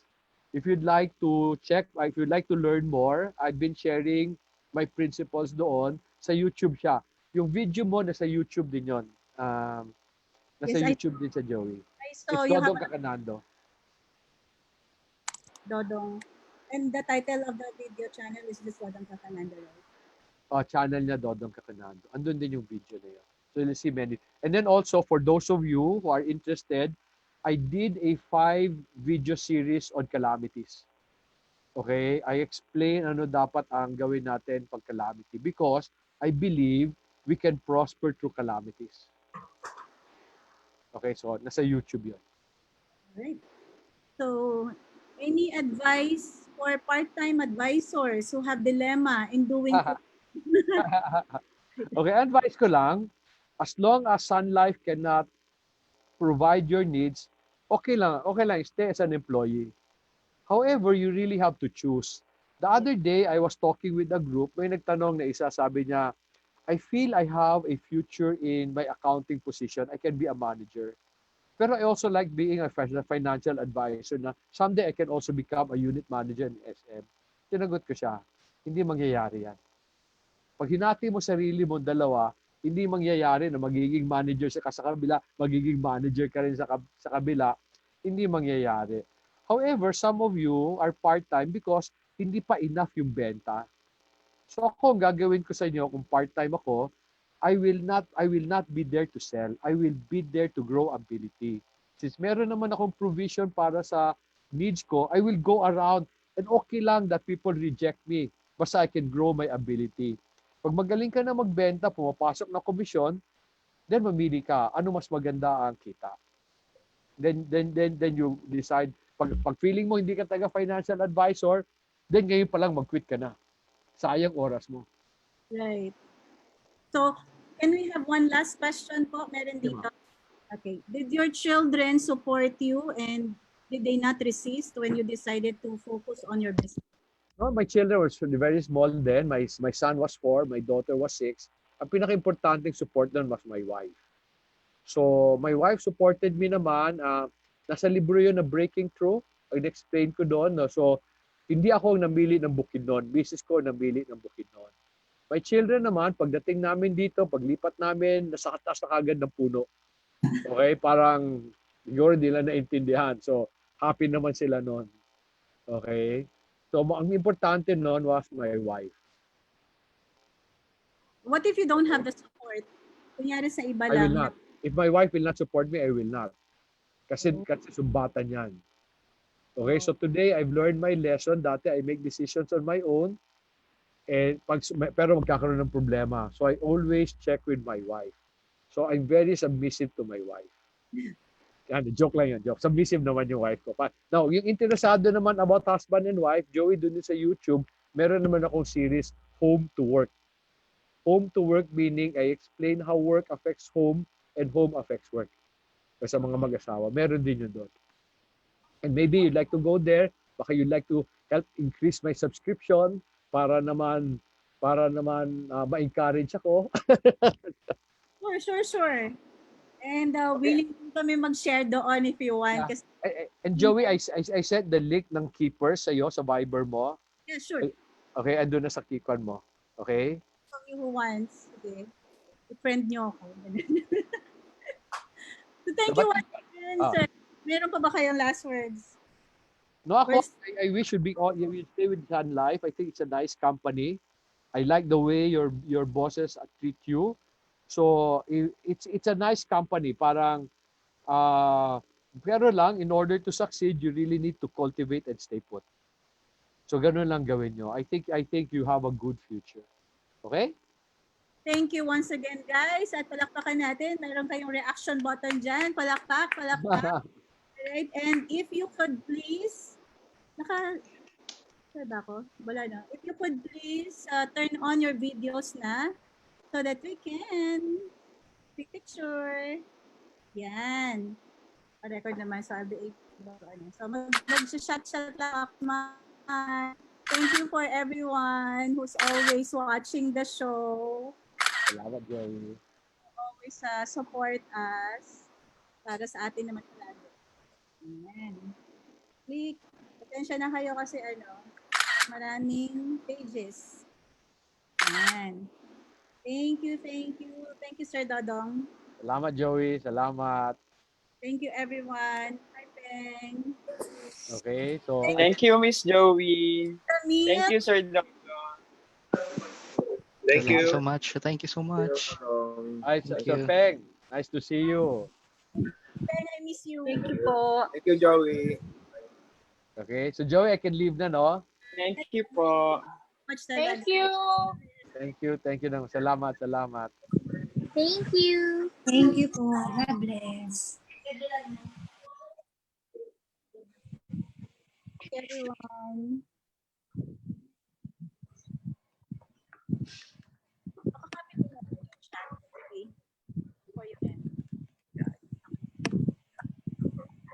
Thank you, BM. Bell. Andyan ka ba? BM Bell, because this is yours. Guys, yung feedback form,